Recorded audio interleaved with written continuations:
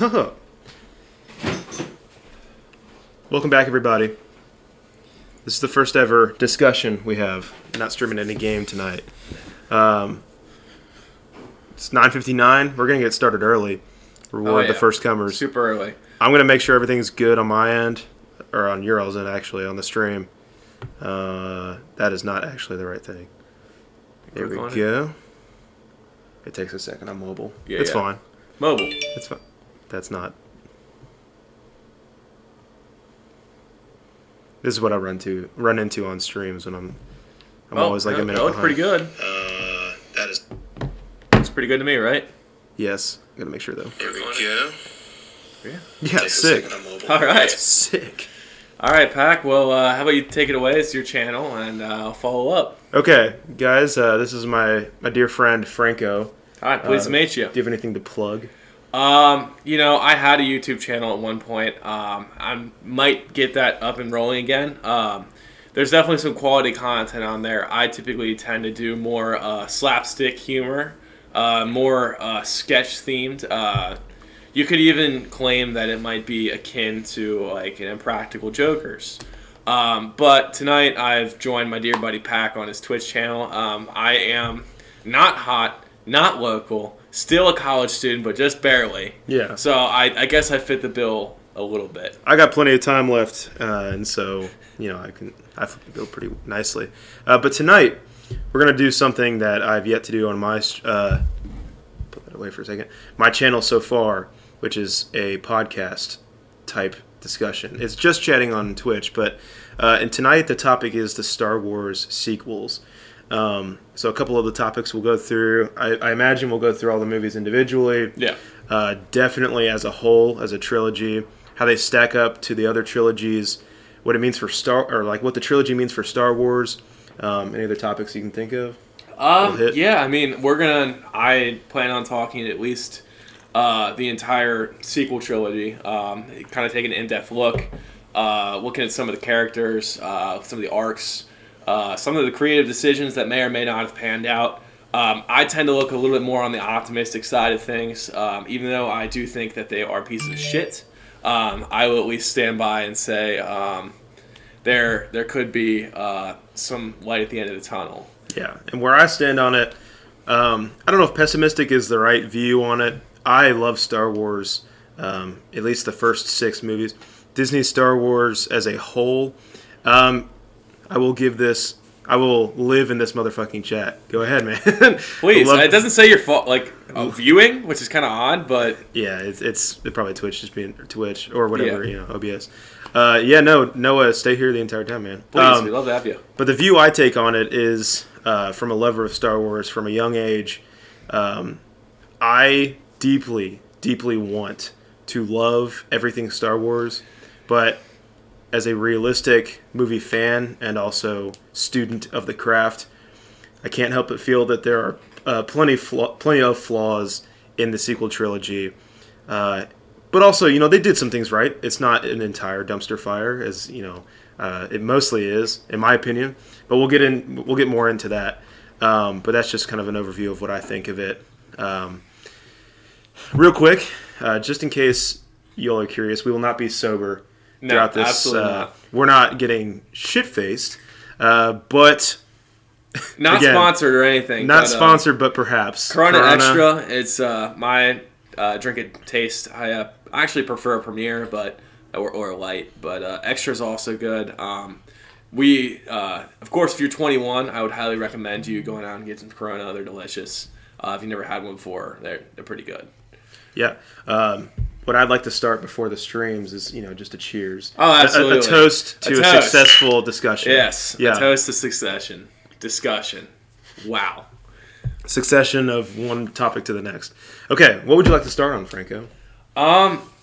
So let's kind of, you want to talk about our background in Star Wars, what kind of got us to why we care about Star Wars and the sequel trilogy so much. What's the reason? Why are you such a big Star Wars fan? I guess. Yeah, that's a good starting point. So my dad is an enormous original trilogy fan. He had me watching them since I was born, the original trilogy, And then obviously as we were young, the prequels came out, and it's funny because my dad is not that big of a fan of the prequels, although he does admit the good parts. He's a big Vader fan, and so therefore I am a huge Vader fan. But growing up with the prequels, I think I like them a lot more than my dad's generation does. I don't think that's anything groundbreaking to say, but I love the prequels. I do admit all of their flaws. There are many, many flaws. But yeah, I mean, I just, Star Wars was a enormous part of my childhood, especially the prequels. And so, when Disney bought Lucasfilm, it was kind of exciting for me because up until that point, I had not actually seen a Star Wars movie in theaters yet. Yeah. Because Revenge of the Sith was rated PG-13. At the time, I was like, 5 or 6. So my dad went and saw it first. So I was hyped. I was hyped for these sequels.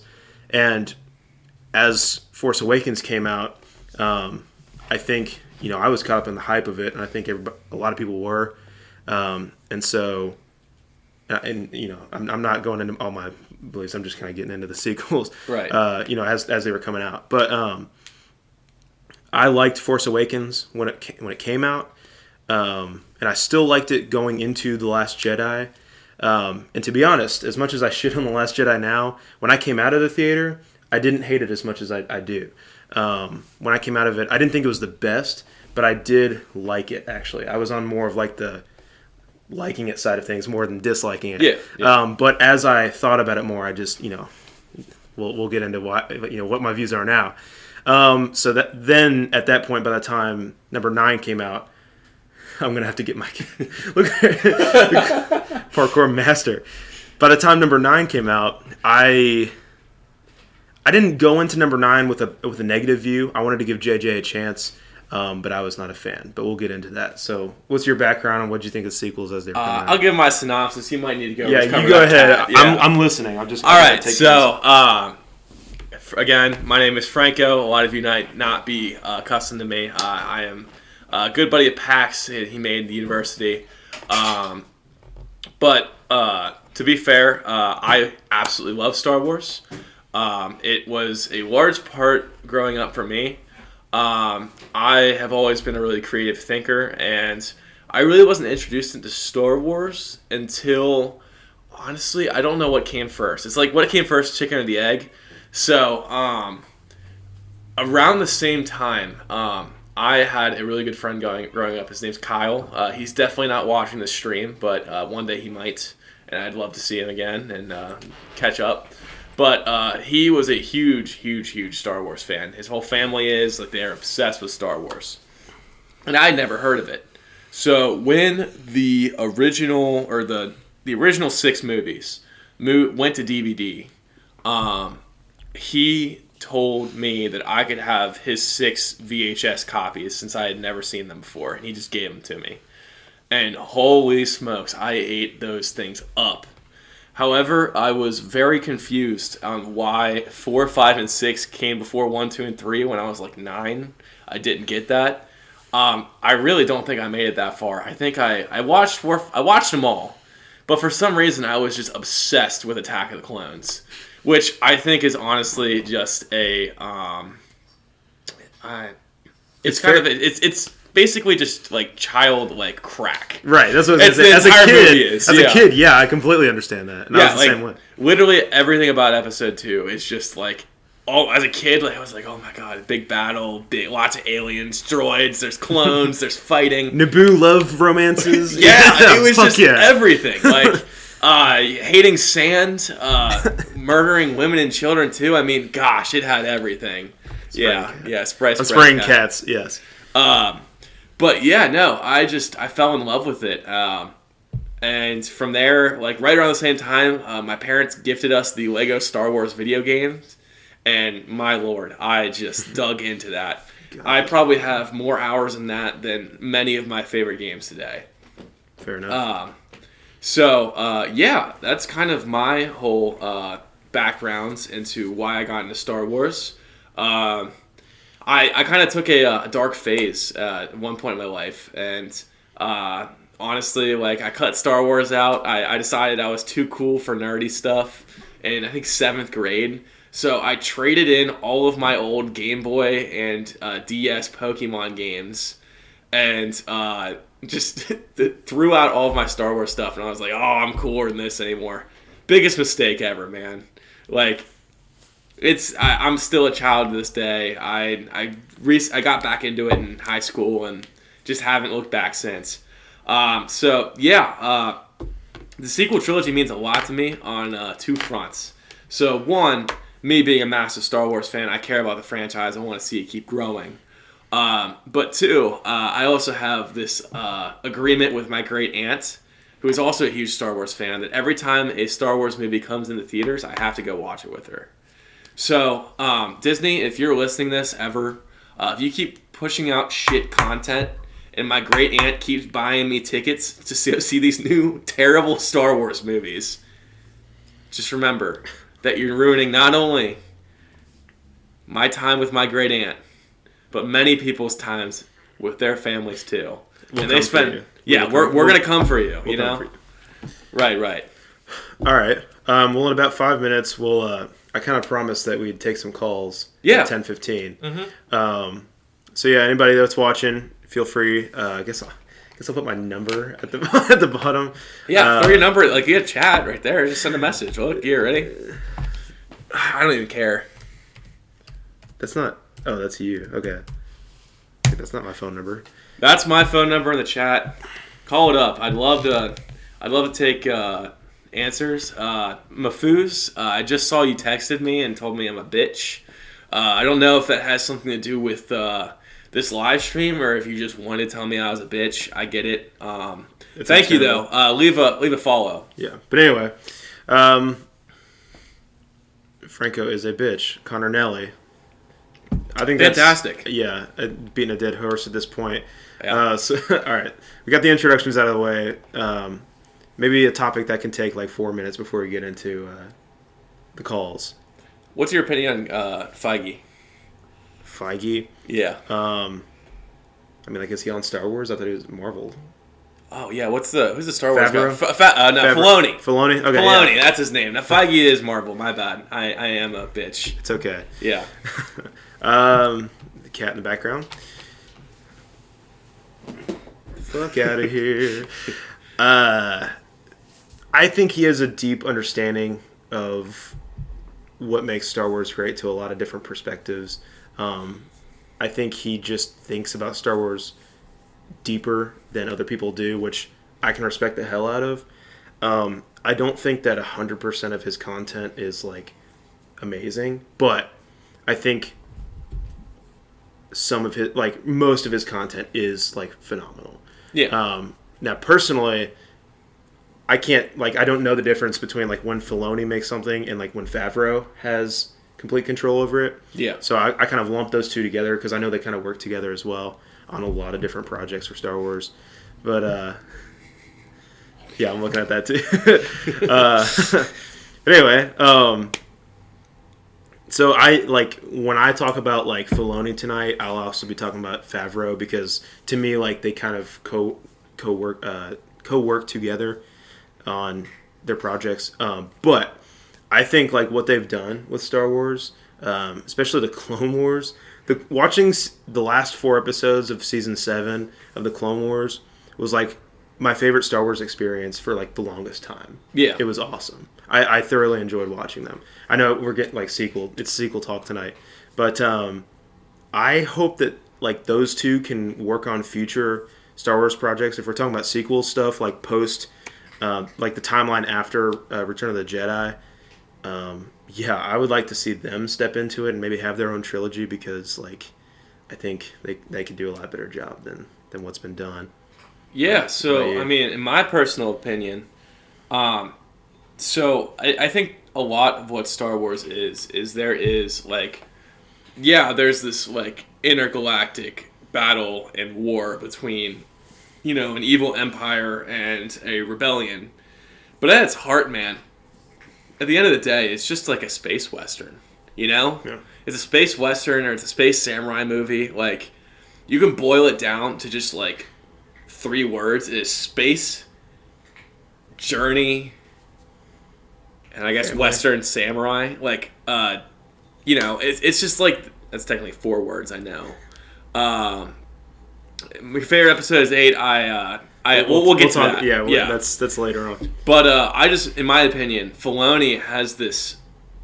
He understands Star Wars, but he not only understands like what Star Wars is as a universe, but what the feeling is supposed to be captured in general. Like when watching a Star Wars movie, you're watching not only this space war, but you're also watching poetry, is like what George Lucas used to call it. It's every Star Wars movie is poetry. It goes into rising and falling actions. There's a climax. Everything works around. It's all a circle. And Filoni kind of understands that. He understands that, like, some things might be complex, like the space war, but at the end of the day, a farm boy from Tatooine is the savior of the universe. And it's all about that guy's journey. And, Luke is probably one of the greatest protagonists in the history of cinema. So for 3 movies, yeah. Right, only for 3. And The Mandalorian, if you've seen that. No spoilers, but at the same time, it's been like kind of 2 months. Yeah, so we're going to spoil it. On you. But it is 10:15, so Pac, how does this work exactly? Well, we're just going to keep talking about stuff until someone calls us. So, we're just going to get rolling into topics. But if you want to call and address something specifically, you could even just put it in the chat, but, calling would actually get your voice onto the stream. Also, hey, Caroline, hope you're having a wonderful night. And if a certain Connor Nelly is calling, just make sure it's legit. Mm-hmm. Because I do want to have. So is it going to be a 5-minute period? We're just going to take calls, 5-10 minutes. What's the? Well, we'll talk about whatever we're going to talk about. Okay. But if calls come in, we're going to accept them and kind of steer course for that. Sure, and sure. Come back around to what we were talking about. Sure. So yeah. Where do you want to start? Episode 7? Episode 7? Yeah. All right. Sounds good. Where should we just start with a simple synopsis? What do you want to start with? How do we dig our teeth into this big old carcass of meat right here? Yeah, carcass is the right word. Dead carcass. The right word to go about this.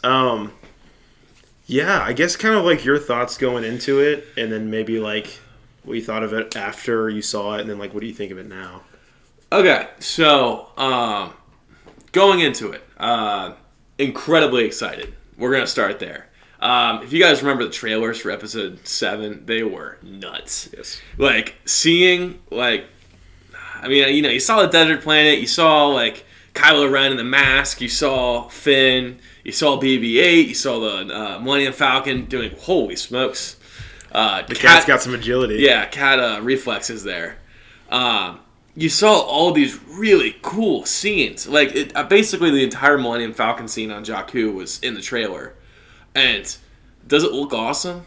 Hell yeah, it does. I was holy shit. This movie's going to be awesome. It incorporated a lot of what Star Wars didn't have before. It was reaching out to a younger audience. It had a lot of different things. I was awesome. I'm going to go into this. It's going to be a whole new experience. It's going to be different than the prequels for sure, because now we're in a post-Empire world, which is something that hadn't been explored yet at all. On film. And honestly, since Disney bought it, at all. All the content since Disney had bought it had been in between, or it had been during the Clone War era, and I was I have no idea what to expect from this. I don't know what a galaxy 30 years removed from the Empire even looks like. Is everything still okay? Does the Republic rule? Are the bad guys actually a Empire, or is it a terrorist group? I don't know. I had no idea. So going into it, I was this has the potential to be awesome. I have no expectations. All I know is I want this to be awesome. And then I just remember, I walked in there with my great aunt. She's super excited. I'm super excited. I walk out, just sheer disappointment. I was you had a million different directions you could go in, and the direction you chose to go in was taking an entire movie and just reskinning it and being oh, this is episode 4 remastered. And I just remember just being so upset at the time and being like, oh, okay. I mean, like, I can't believe I spent money to watch something I knew how it was going to end. Like, I didn't know what Starkiller Base was. I don't care how they made it. Like, I just knew that thing was going to blow up. I think everybody did. You look at it and you're like, oh, that thing is going to get blown up by a couple of X-Wings. And what does it get blown up by? A couple of X-Wings. Right, like, and, I mean, it was not even, like, in disguise of being a, like, clone of Episode 4. Like, it was incredibly obviously Episode 4. Straight up. And so I was just destroyed. Like, I was like, oh my god. Like, I can't believe they just did that. I was so upset. And I think that is what really got me, like, really, like, uninterested in Rogue One. But I think we might get to that a little bit later, even though it's not mainline. Right. But, yeah, Rogue One, Episode 7 just killed my belief in Rogue One. But, hey, Pac, you want to talk about your initial impressions and how you felt afterwards? Well, right, like, before that, like, do you feel any different about number 7 now? Like, Absolutely. I mean, and we can get into that later. We were going to get into that, I guess, later. All right. I'd like to talk about that after Episode 9, okay. personally. All right, yeah, that's fair. All right, well, I'll talk about my experience with Episode 7. So, like you said, when that initial trailer dropped, actually, I think it was the second one. Wasn't it during the Super Bowl? Did they drop it during the Super Bowl? That was, like, the second one. Yeah. But there was one that had, like, the Force theme as the trailer, like, epic trailer music. And, oh, my God, my blood was pumping, ready to go. Do you remember the trailer where they showed Kylo Ren's lightsaber for the first time? Yeah. I think it was the first one. Yeah. Yeah. But I think it's the second one that really got me hyped for it because it promised so much to do with the original characters. And again, like I was saying, obviously I wasn't alive in 1977 to see the original characters come out for the first time and have that new experience with the, like, good Star Wars, you know? Like, I enjoy the prequels, but, you know, the good stuff is the first 3 movies. So I was hyped. I was like, they have now they have the prequels in the universe that I like. They have the original trilogy that the older generation likes. They can combine it, and it's like, who the hell knows where it's going to go. And so when I watched it, my 16-year-old self was in love with it because, like, it was, like, flashy and it was Star Wars, but it was like, you know, I mean, now we'll get into it, but now it's, you know, it's kind of just vapid. But at the time, it was just flashy, and it felt like Star Wars because it's a reskin of New Hope. But at the time, I thought that was cool because, you know, I didn't get to experience A New Hope when it came out 40 years ago. But, you know, now I was. And so I liked it when it came out because I was kind of, like, naive to the fact that, you know, it's just, like, it was, like, the safest possible option. Also, like, don't you love how, like, Han Solo dying was, like, the largest spoiler in the history of spoilers on the internet, like, that week it dropped? Yes. Like, I remember people would, like, just refuse to get on their phones. Yeah. Like, my brother, like, he doesn't even, like movie theaters at all.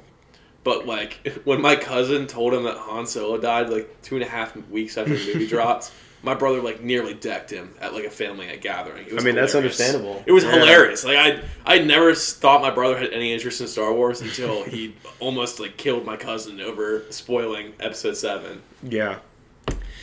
But, so we're sticking to, you know, our reaction to it when it first came out right now.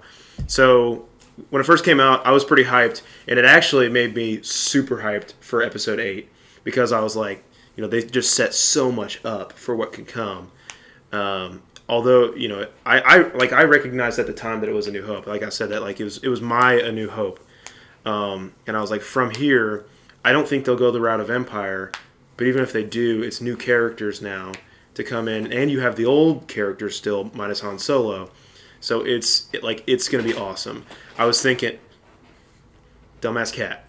I was thinking, okay, we're gonna have Force Ghost Anakin in here. We're gonna have Force Ghost Obi-Wan. They're going balls to the wall. Like there was those rumors of Hayden Christensen coming back and training again. Yeah. I mean, it was just fueling.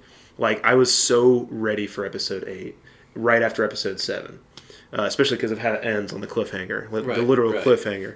But yeah, that was me right after it. So do you want to go into Episode 8 now? What you were going into it then? Yeah, I'd love to get into Episode 8. Just going into it, like we'll get into the actual the content of the movie, I guess later. Yeah. So you just want to do like initial like initial take.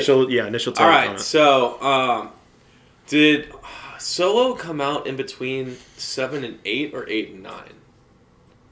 8 and 9 because they boycotted Solo because of The Last Jedi. Oh, that's right, because The Last Jedi had the golden dice in it, and nobody had an idea of what those were. Had any idea what that was. Yes. Oh, we got a call. Hey, look at that. You know what? It's Noah Mueller. We're going to accept it right now. Noah Mueller on the call. All right, we have you on speaker, and the camera can hear you. Noah, we're going to test out the audio real quick, though. I'm going to see how you sound. Can you talk a little bit? Yeah, what's up? How's it going, fellas? Good. Good? Yeah. Sorry, the last thing I heard was you asked me if Solo came out. So it was Force Awakens, then Rogue One, then The Last Jedi, then Solo. Okay, all right.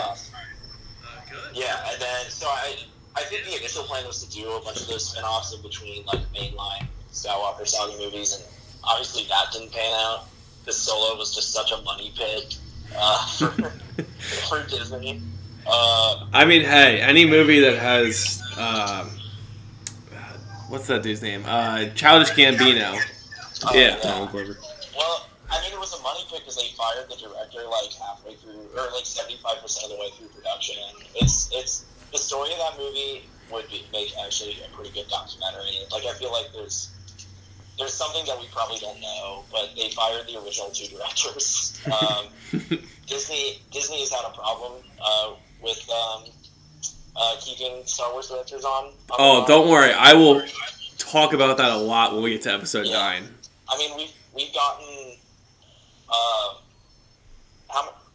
we've gotten 5 Star Wars movies in the Disney era, and 3 of them have had issues with directors either being fired or like locked out of the editing room. Yeah. So,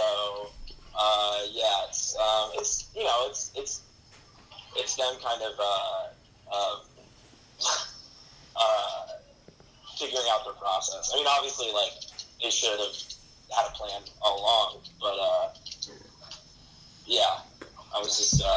I'm just gonna call in and every time you need a fact check, I'm just Oh, sure, yeah. I mean, next time, we should have you in the background, a little camera or like a little laptop like behind us, like the camera, and you can be like fact check guy, like.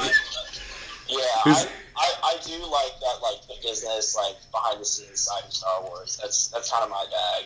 Nice. Like you guys mentioned it before. Like, I believe it was both of you having like questioning like where the difference between like Favreau and Filoni.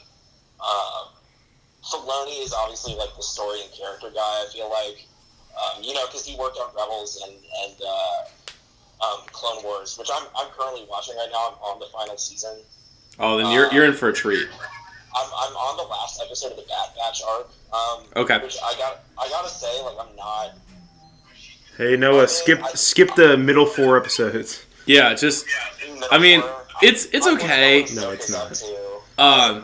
Whatever feelings you have about the last season, just hold off your feelings until you get to those last 4 or 5 episodes. The last 4 episodes are insane.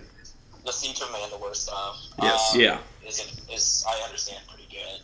It's not just pretty good. It's pretty much incredible. Yeah. Okay. Is there anything else, Noah?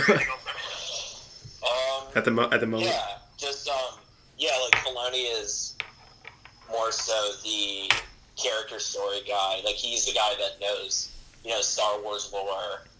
And then Favreau is like the more technical guy. Like, the reason like the story of the Mandalorian is like pretty solid. I mean, it's like, there's issues with it where it's a bit like Monster of the Week, like fairly predictable. I like it. I mean, that doesn't mean I don't like it. That is kind of Filoni's thing a little bit. Like he's a fairly like not simplistic storyteller, but like he has that formula of like storytelling, which like is good or bad based on your interpretation. I think it's fine.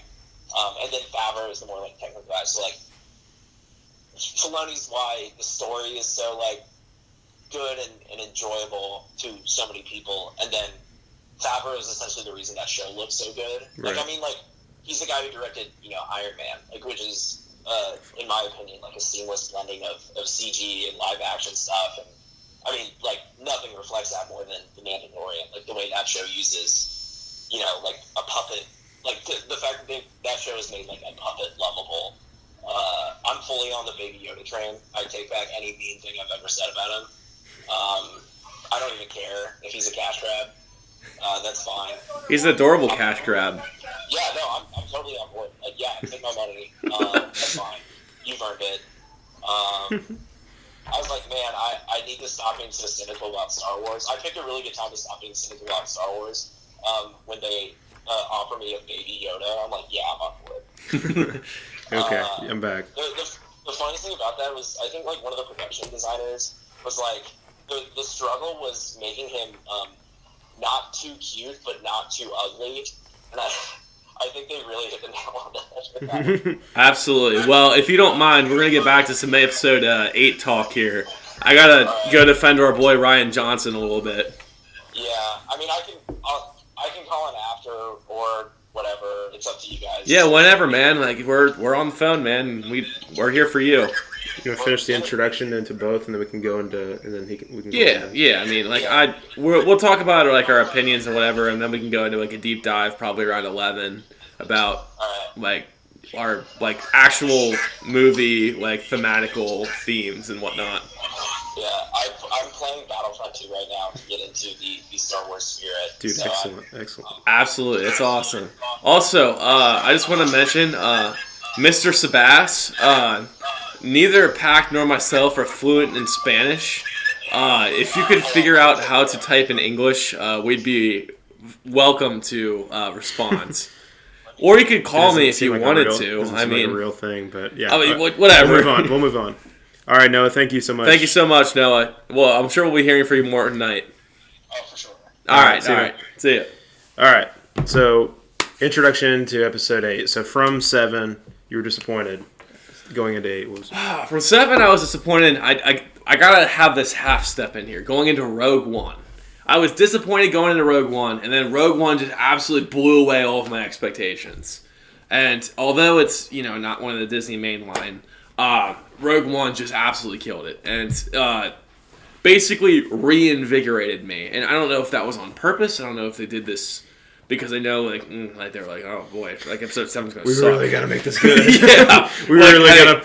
Hey, we've had this like good idea in the back for a while. Maybe we should pull this out and be like, hey, we found this old file containing an excellent script and storyline for what George's episode 3 probably should have been. But that's a topic for a later day. So maybe something happened backstage where they're like, we gotta release Rogue One like tomorrow, and like get people back on the train for episode 8. And honestly, yeah, it worked. I was all in, man. Like I thought episode 8 or Rogue One would kill her, and then I got right back on the hype train for episode 8. I think that having Luke Skywalker in the movie definitely was that thing in episode 8 where I was like, you know what? Yeah. Like, this is it. Like, this is the movie. Like, we got Luke back. Like, this is going to be killer. And I went into it, and I'd never heard of Ryan Johnson before. And, I mean, praise be to the Lord for giving us Ryan Johnson as the sole savior of Star Wars in the Disney era. I understand that some of you might not like the Finn and Rose arc, and I definitely get it. I understand. But I will defend that movie until the cows go home. Amen, Noah. You're right. Amen. What Ryan Johnson did is he took a tremendous gamble on what might be the follow-up to the safest Disney movie ever Is this guy joking? We'll get into it, Brad. We'll get into it. I'm staying quiet right now, man. I'm staying quiet. I'm being respectful. Rian Johnson is a tremendous director, and he decided to take the biggest leap of faith in Star Wars history outside of Empire Strikes Back. Empire Strikes Back, it was so original that nobody had ever seen it in cinema. I can't even compare it to that.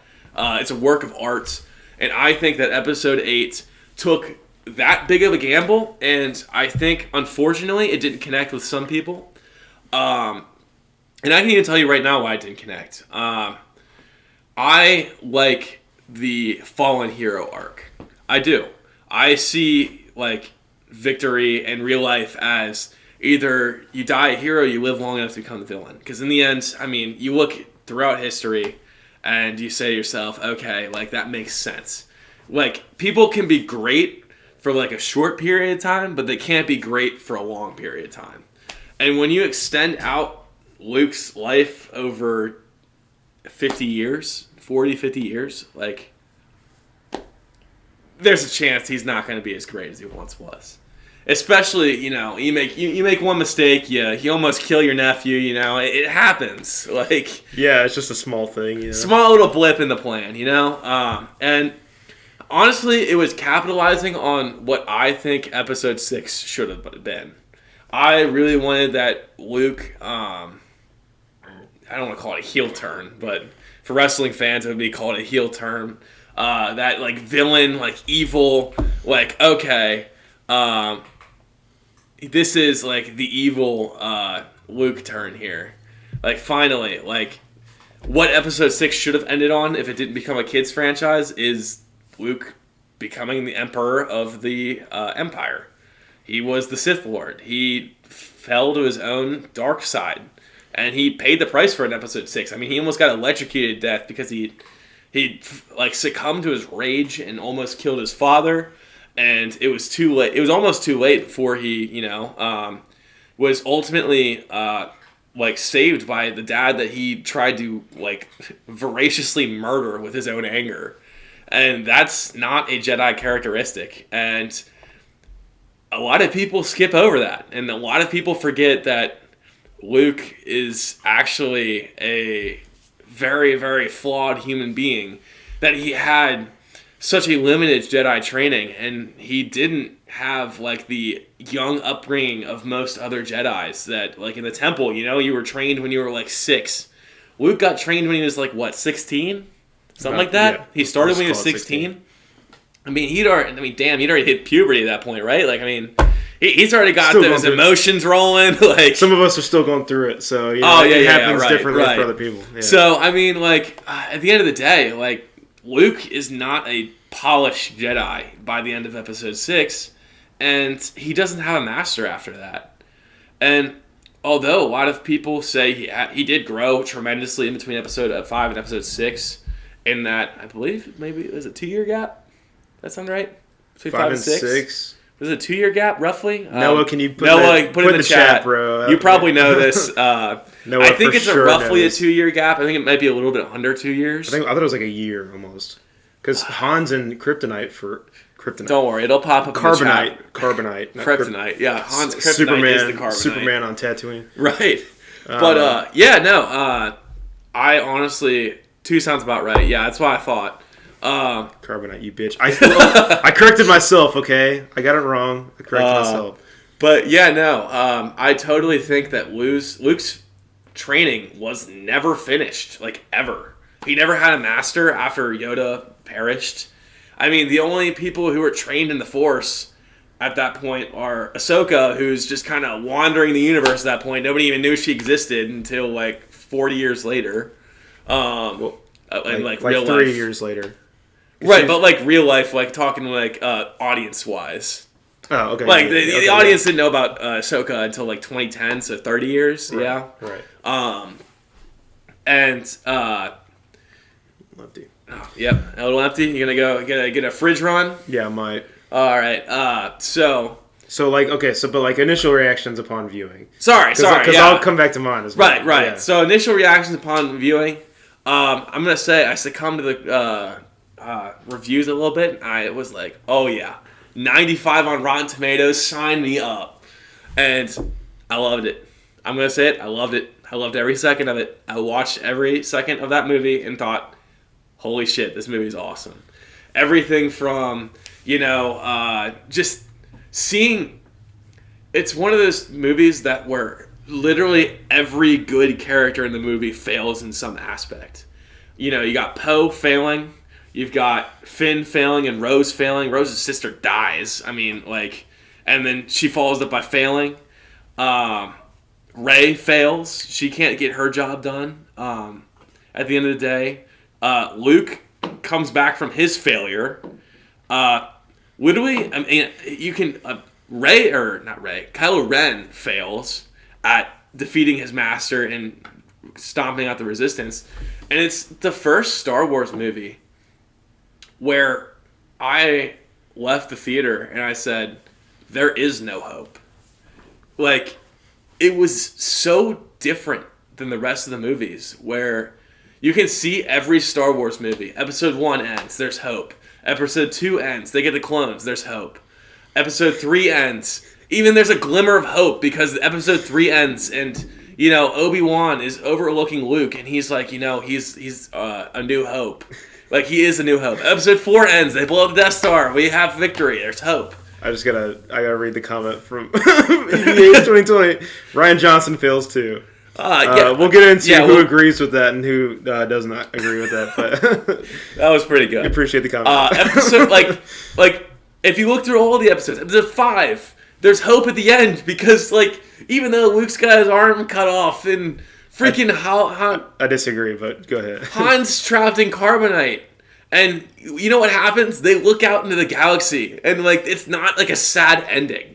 Nobody's sad at the end of episode 5. It is. It's a confused, sad ending. They all look out in the galaxy, and they still have a glimmer of hope in their eyes.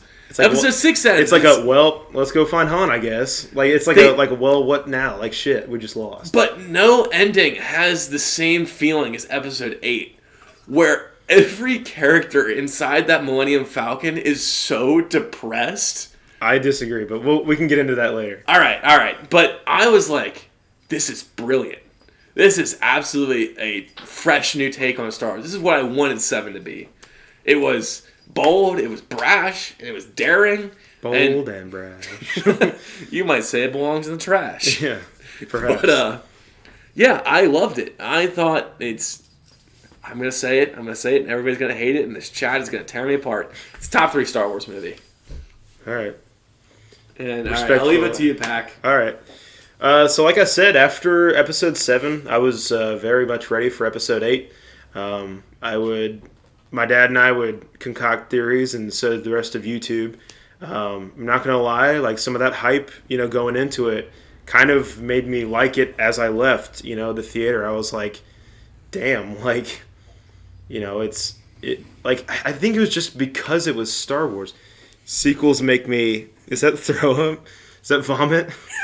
I can only imagine that's what that is. Same here, but I'll just get into my experience watching episode 8. Brewski? Sure, let me finish. All right. All right. I'm gonna polish her off. Oh, yeah, there you go. Anyway, as I was watching it, I think it was because it was it's not like a J.J. Abrams flashy, but it's modern special effects. So watching it and it being a new Star Wars movie, I was just like, wow, that was pretty good. And just the more I would think about it, the more I'm like, yeah, that doesn't make sense. That doesn't really. And so just the more and more I thought about it, and just it's been 3 years, over 3 years now since it came out. I despise that movie. For basically the opposite reasons Franco here likes it. We fundamentally disagree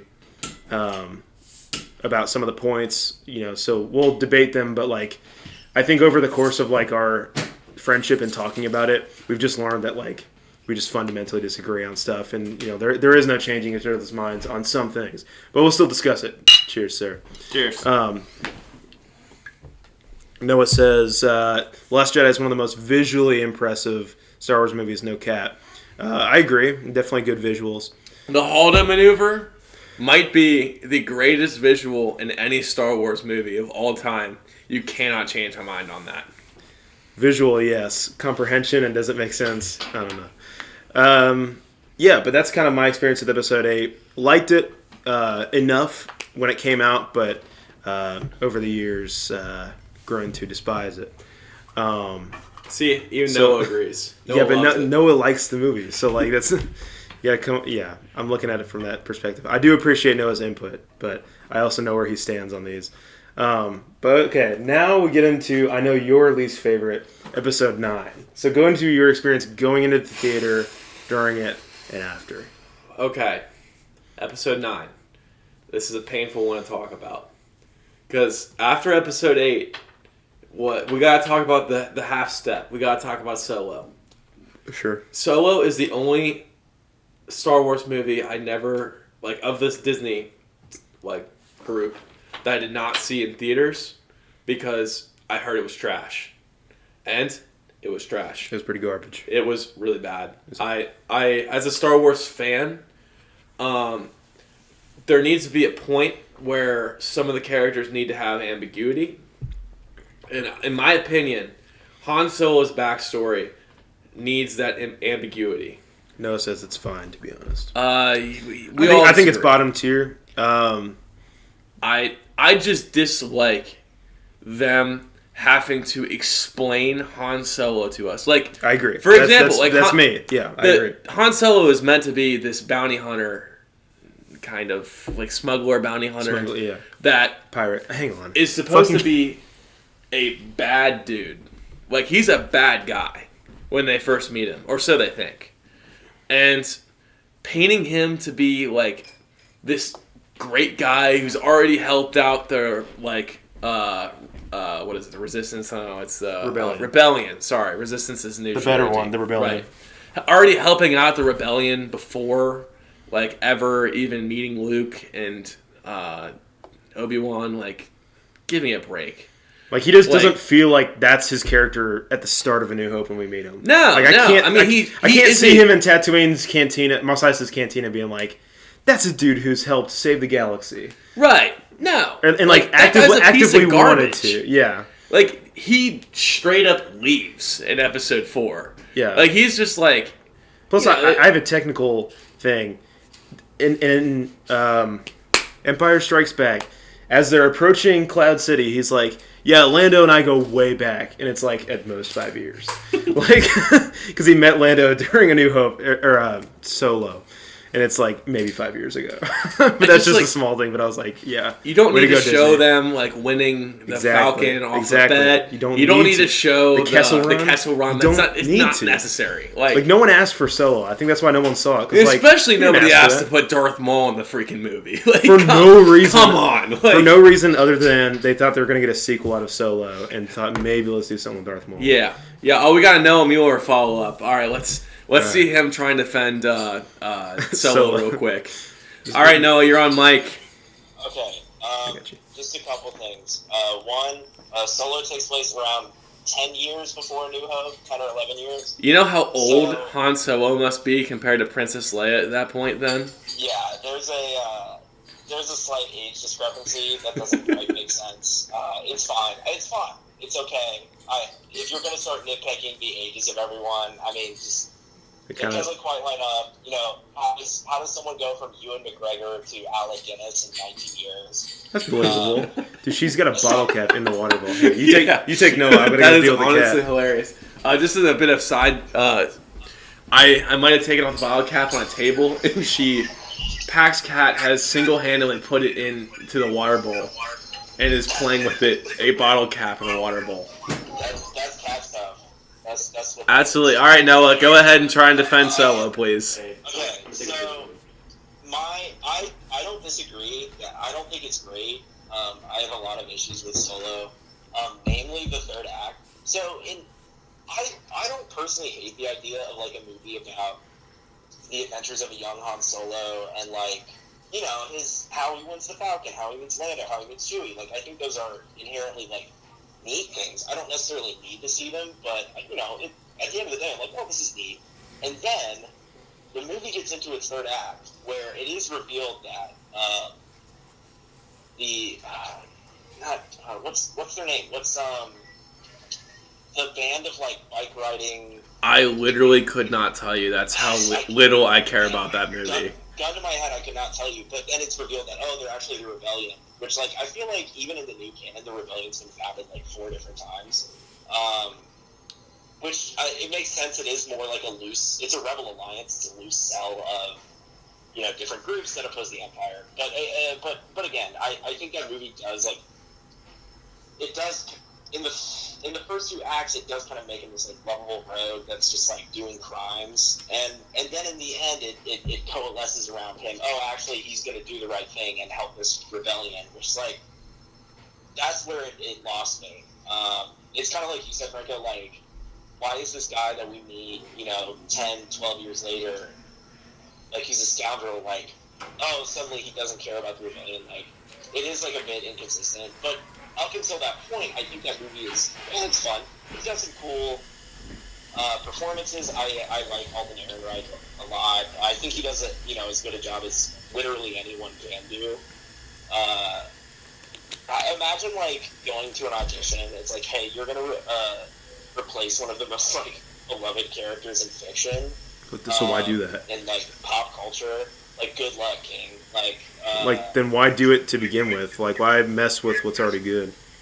I mean, why do anything? Like, I don't know. But here specifically, why Solo? Like, why, like, to your point, why would you mess with one of the best, most iconic characters ever? Why would you mess with that? But it is, like, I mean, they've been kicking around that kind of idea for a long time, even before the Disney purchase. So, like, it's not an unheard of thing. I think there is I think that movie would have been fine without that third act.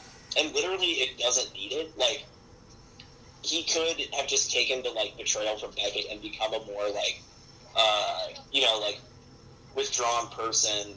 And without that twist, like, oh, actually, God, what's their name? It doesn't matter. Amelia Clark or whatever. No, not Amelia. Like the rebels that he ends up giving the coaxium to. Red Dawn. Is that not? Like, turns out to be like it didn't need that. But other than that, like, I think that movie's totally fine. I think if it weren't Han Solo, I think it'd be pretty good as like a just an off thing. Like, well, I don't. Because that Han Solo, like, it's not the same character as who we meet in A New Hope. I don't think. I think it is up until that point. Like, I legitimately think that it's pretty on the nose, like, characterization of the guy up until they're like, oh, actually, he was a good guy all along. That's really the only thing I draw issue with. Because other than that, like, I'm like, oh, like, this is a neat. Speaking of which, in Battlefront, I'm loading up as Han Solo, and I have the young Han Solo skin.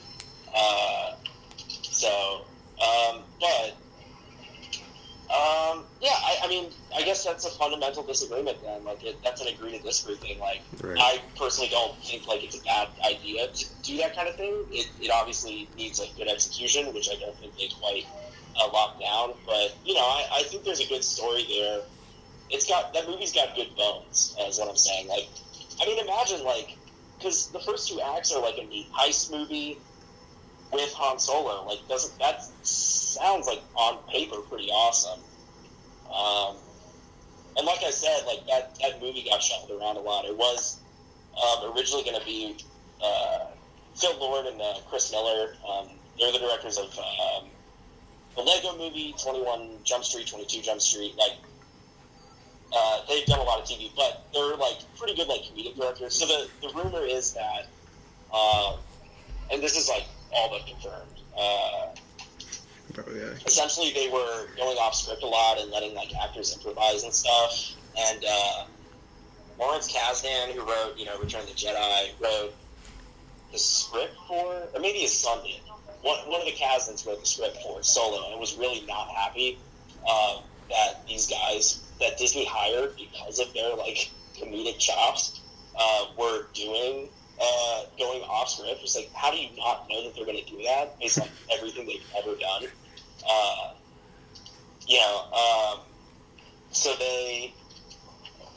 So that movie is, like, obviously very different than what it was initially intended to be, like, off the bat. So, I don't know. I think there are, like, there's, like, the bones of a good movie there. I just think it kind of falls apart in that third act. All right, Noah, thank you for your input. We got to keep going here. We got to get to episode 9 before 11 o'clock rolls around, so that way we can do our analysis of the movies afterwards. But thank you for your input as always. Feel free to call back anytime, all right? I'm going to. Because I'm listening to this and just talking to myself. So it needs to go somewhere. All right, thank you so much. Bye. We'll definitely have to talk about like the. Jesus. We'll definitely have to talk about like the intermediate movies along the way at some point in our podcast. Of course. Also, there's sequels. If anybody else wants to call in, like our number is in the chat. If Mr. EVH wants to call in, or Grunkle, Bunkle, if any of you guys want to call in, just feel free. My number is up above. Yeah. But we're gonna get episode 9. Oh boy. We didn't get into it, but you're going pre-viewing. And then viewing and then post-viewing. Okay, so pre-viewing. We'll start. There's 2 stages of the previewing for me. There is when the trailer dropped, and when 3 weeks before the movie, when the reviews dropped. When the trailer dropped, and I saw Rey jump over a starfighter, I said to myself 2 things. 1, holy shit, that's awesome. And 2, how did she time that so perfectly to not only she ran ahead. Yes, thank you. The TIE fighter. First order TIE fighter. Right, okay, yeah. Right. So nonetheless, she timed it so perfectly to where she got a perfect jump, head start, backflip over Kylo Ren's specific first order TIE fighter interceptor, which is the fastest mark out of any TIE fighter in the first order is the interceptor. Rey is just the best, man. You gotta accept it. She does a perfect. What? She's perfect, dude. She is perfect. I was like, okay, this has got potential. I mean, Daisy Ridley is perfect, but Rey is also perfect. And to be fair, I really don't remember anything else about that trailer except for her jumping over. I don't either, actually. I don't remember. I think that's a good point.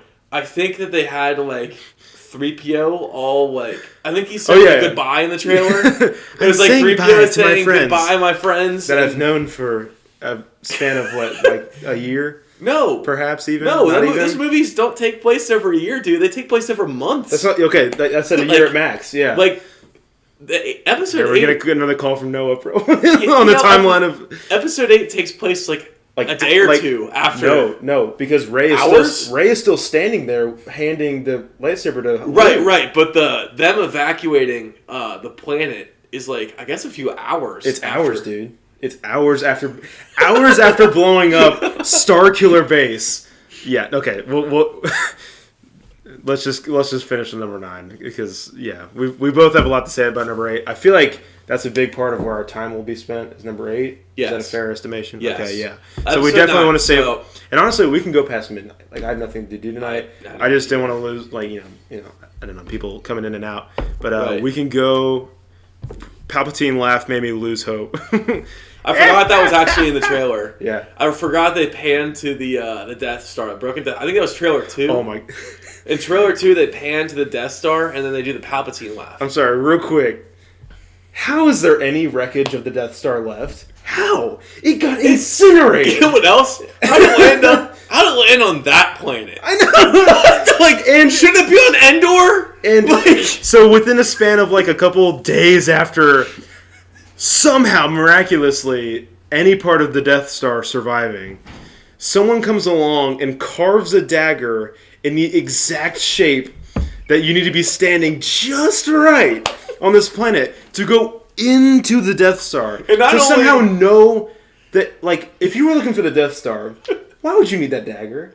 If you knew that it was in there, why would you need the dagger to show you, oh, there's the Death Star? It was trailer 1, thank you, Noah. I didn't know. Sorry, that's just I mean, But no, seriously, I agree. Like, number 9, I could go all right, on. so not only... I hate number 8, but I could go on and on about just how number 9 is just the stupidest, like, shit. Like, but, like, if you think about it, not only did they, like, have to... Like, they do the alignment of the dagger that leads them to the Death Star, but you have to have the perfect angle. I know! You have to be standing right where she was. And you know what else is hilarious? It's been, like, 10 or so years. The amount of times I groaned in that movie was unreal. Yes. I know I watched it with you once, Noah, and I completely agree.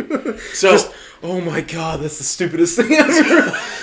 so like... And then it gets topped by the next stupidest thing ever. I don't know if it's go ahead. 10 or 15 years when Rey's parents get taken in between that and episode 7. But, like, you think about it, like, thank God there was never a storm on that wild, rapid planet. Like, where the waves... She grew up on a planet of sand.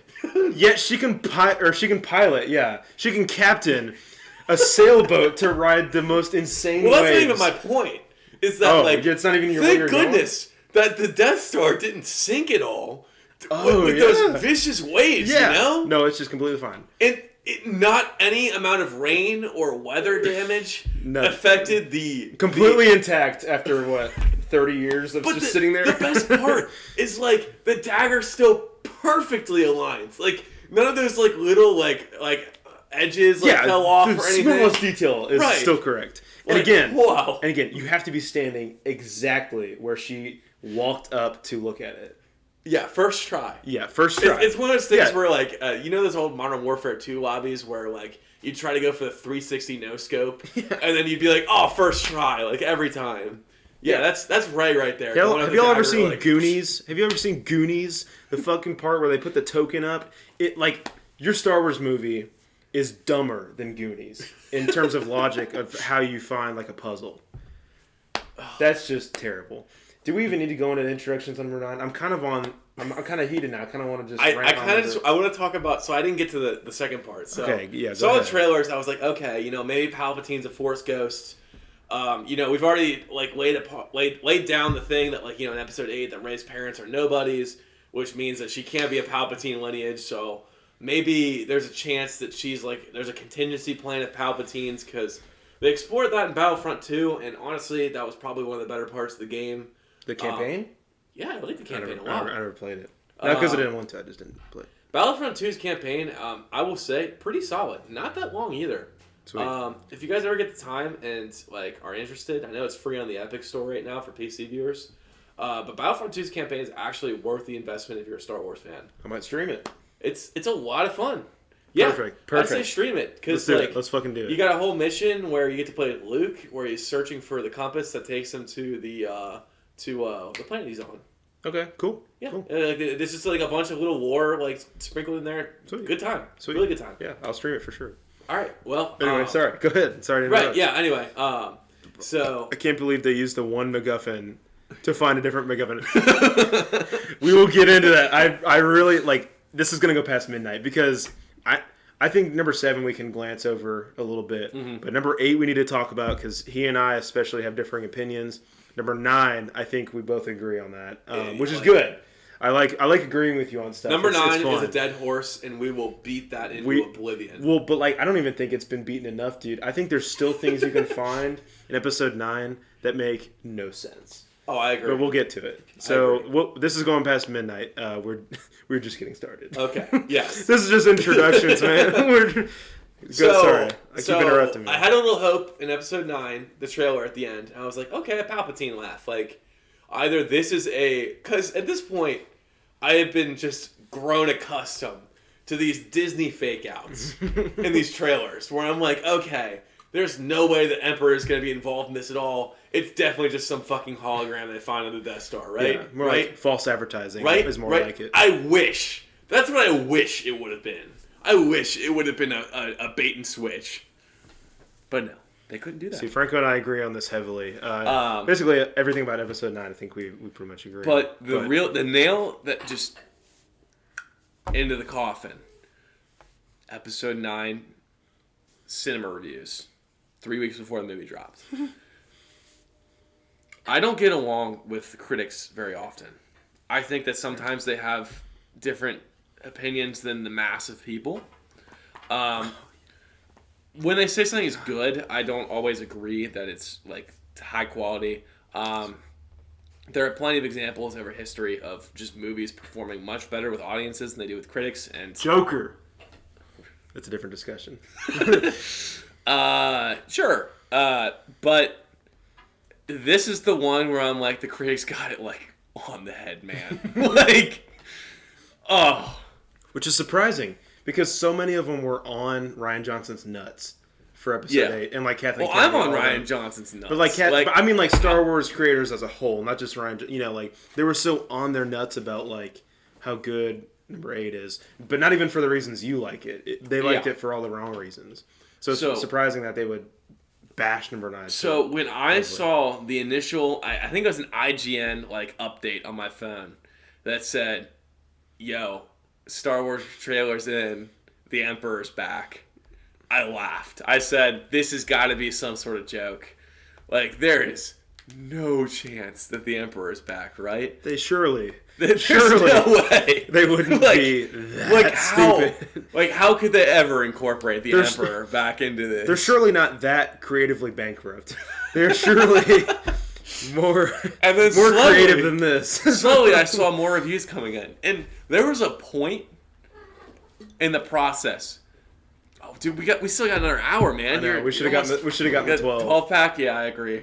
Lesson learned. If anybody's in the chat wants to go pick us up some brewskis, I'll consider it a donation. I'll give you the biggest shout out. By the way, shout out to Noah T. Mueller for the follow. Really appreciate it, bud. We're trying to get affiliate tonight. Oh, did he give us a follow? Yes, sir. We're up to 37. All right. Yeah, we want to get 50 by the end of the night because we want affiliate. Come on, guys.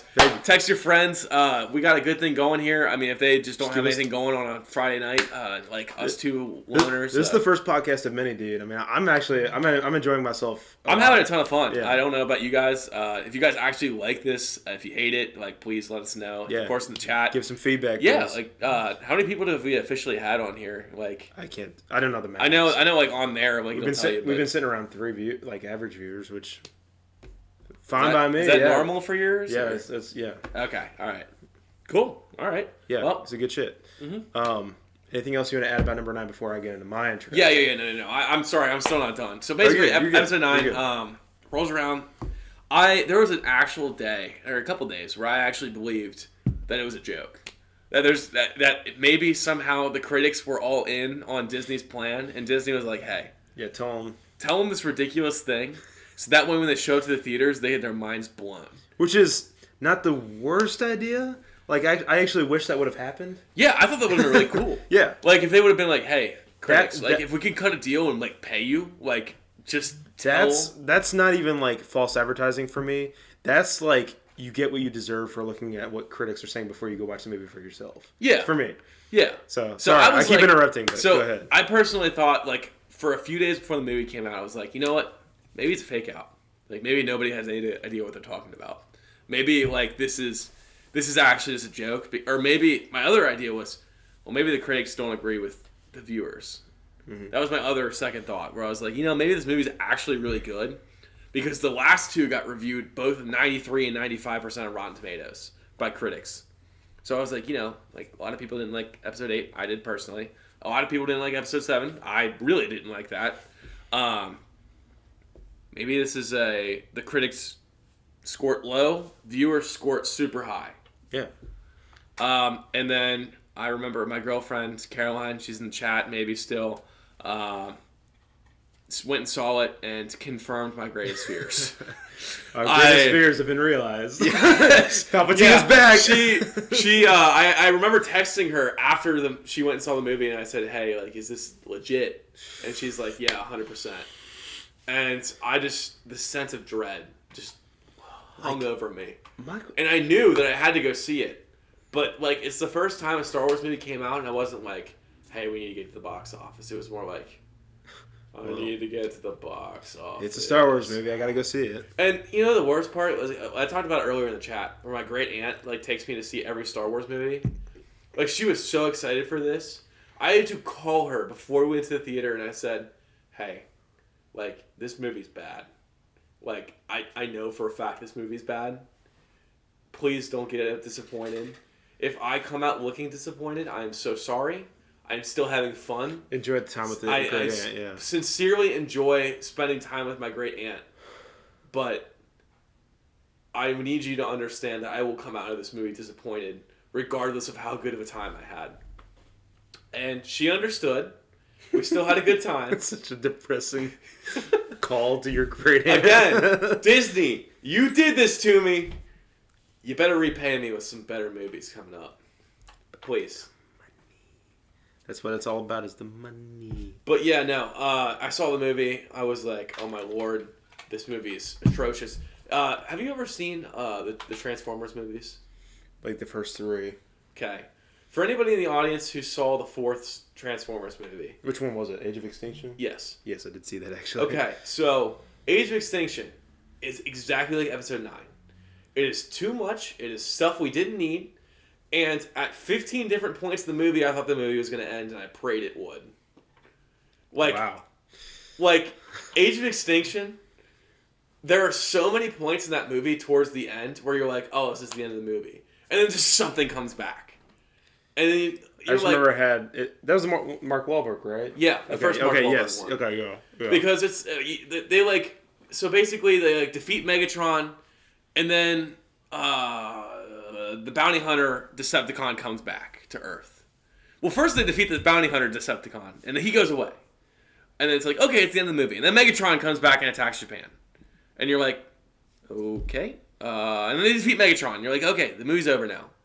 And then that bounty hunter Decepticon, I think it was Lockdown, I think it was his name. No, you can probably fact check it. Yeah. But he comes back, and then they fight him, and then you're like, okay, it's the end of the movie. And I think he dies twice. And I was like, I just kept watching the movie. I was like, all right, you already showed the dinosaurs. Like, when is this movie gonna end? Like, come on. Like, I came here to see dinosaur Decepticon Autobot thing looking robots. Was it the one with the samurai as well? Yes. The samurai transformer? Yes.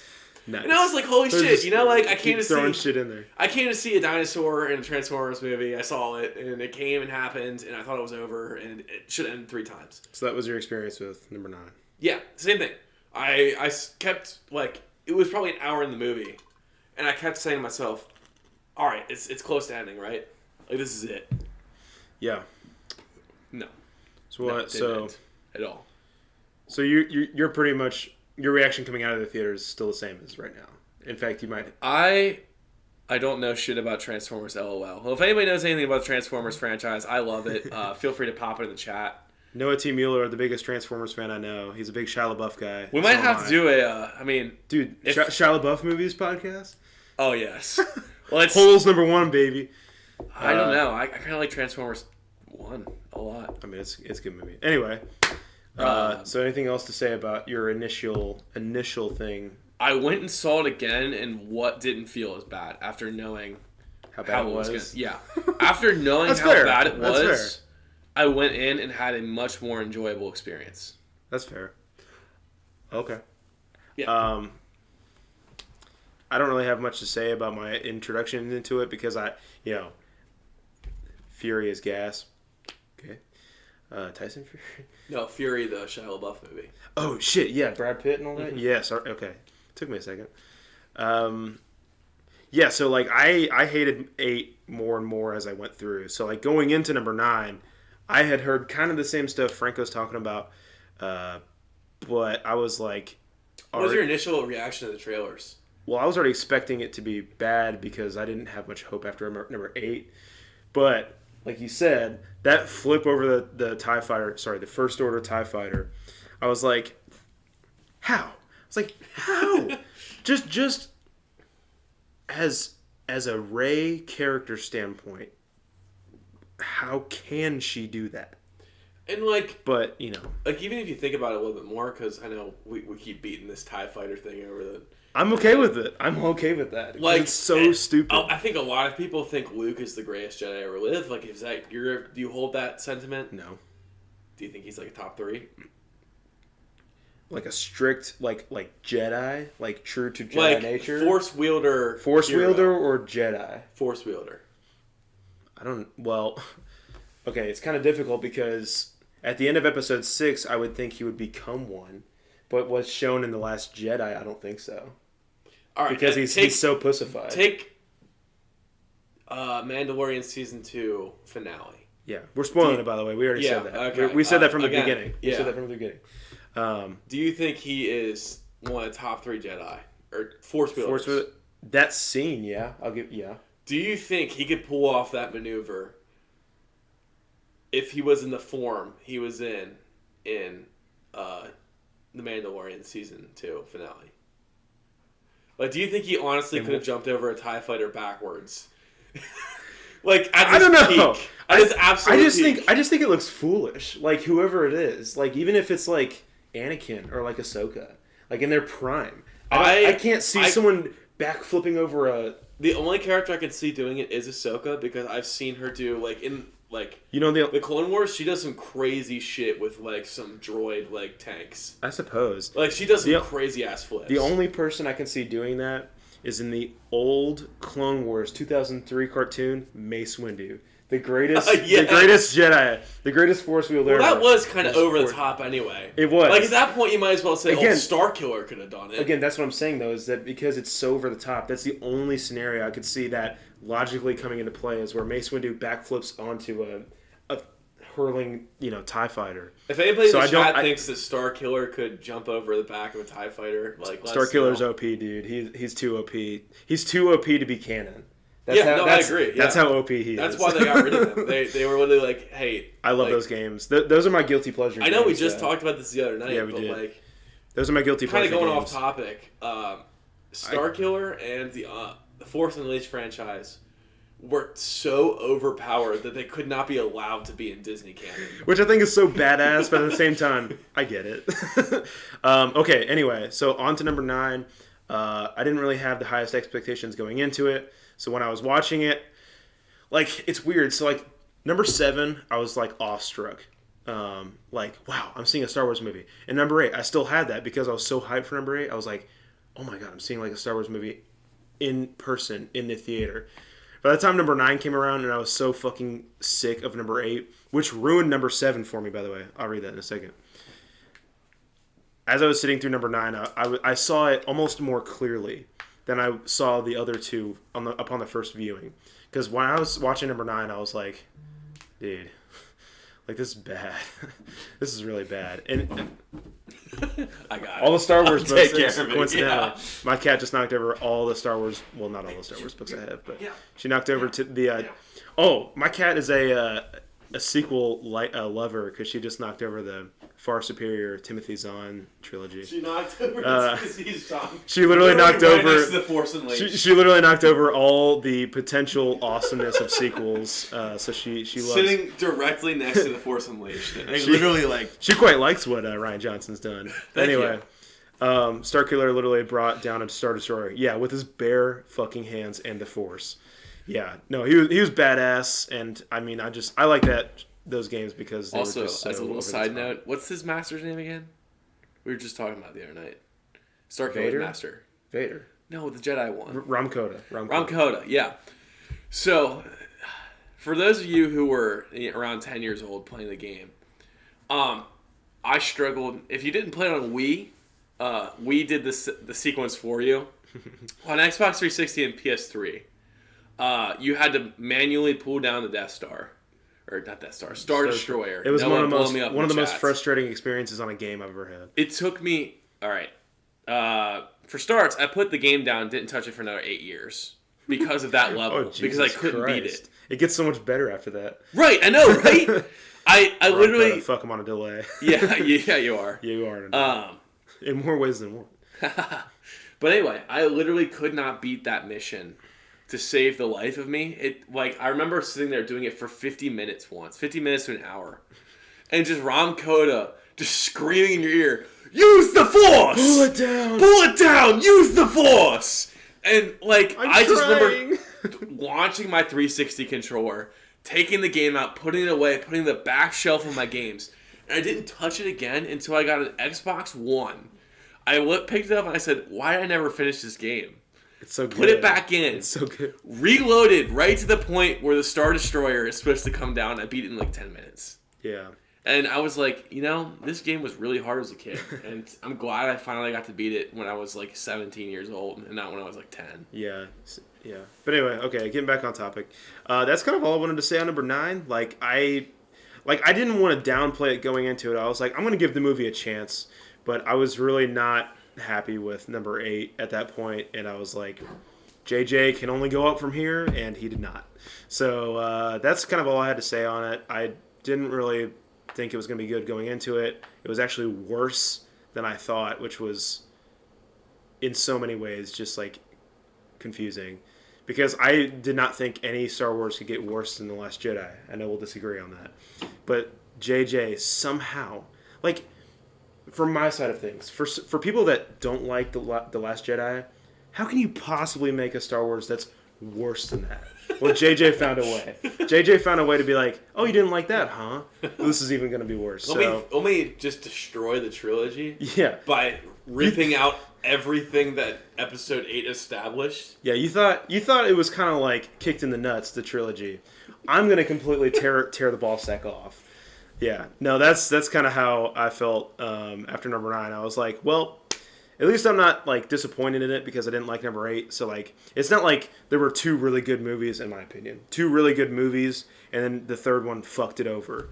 It wasn't like that for me. Didn't like really the second one, which coincidentally ruined the first one for me because it didn't lead to anything. And then here we are, number 9. But that's kind of my experience. So now that we have the introductions out of the way, an hour and 20 minutes in, I think took us long enough. I guess. Do we have any short, things to say about episode 7? I mean, do we want to talk about that a lot? Because I know this. Yeah, I'll talk about episode 7. All right, go ahead. So episode 7. Episode 7. All right. Where do I even start? Stretch my back out a little bit. We'll start at the beginning. We'll take it sequence by sequence, I guess. So, as you guys all know, the first act of episode 7 is frame for frame, might as well be the first act of A New Hope. It is reskinned, and it's just using a couple of different characters, and it is, I kid you not, might as well be the exact same plot.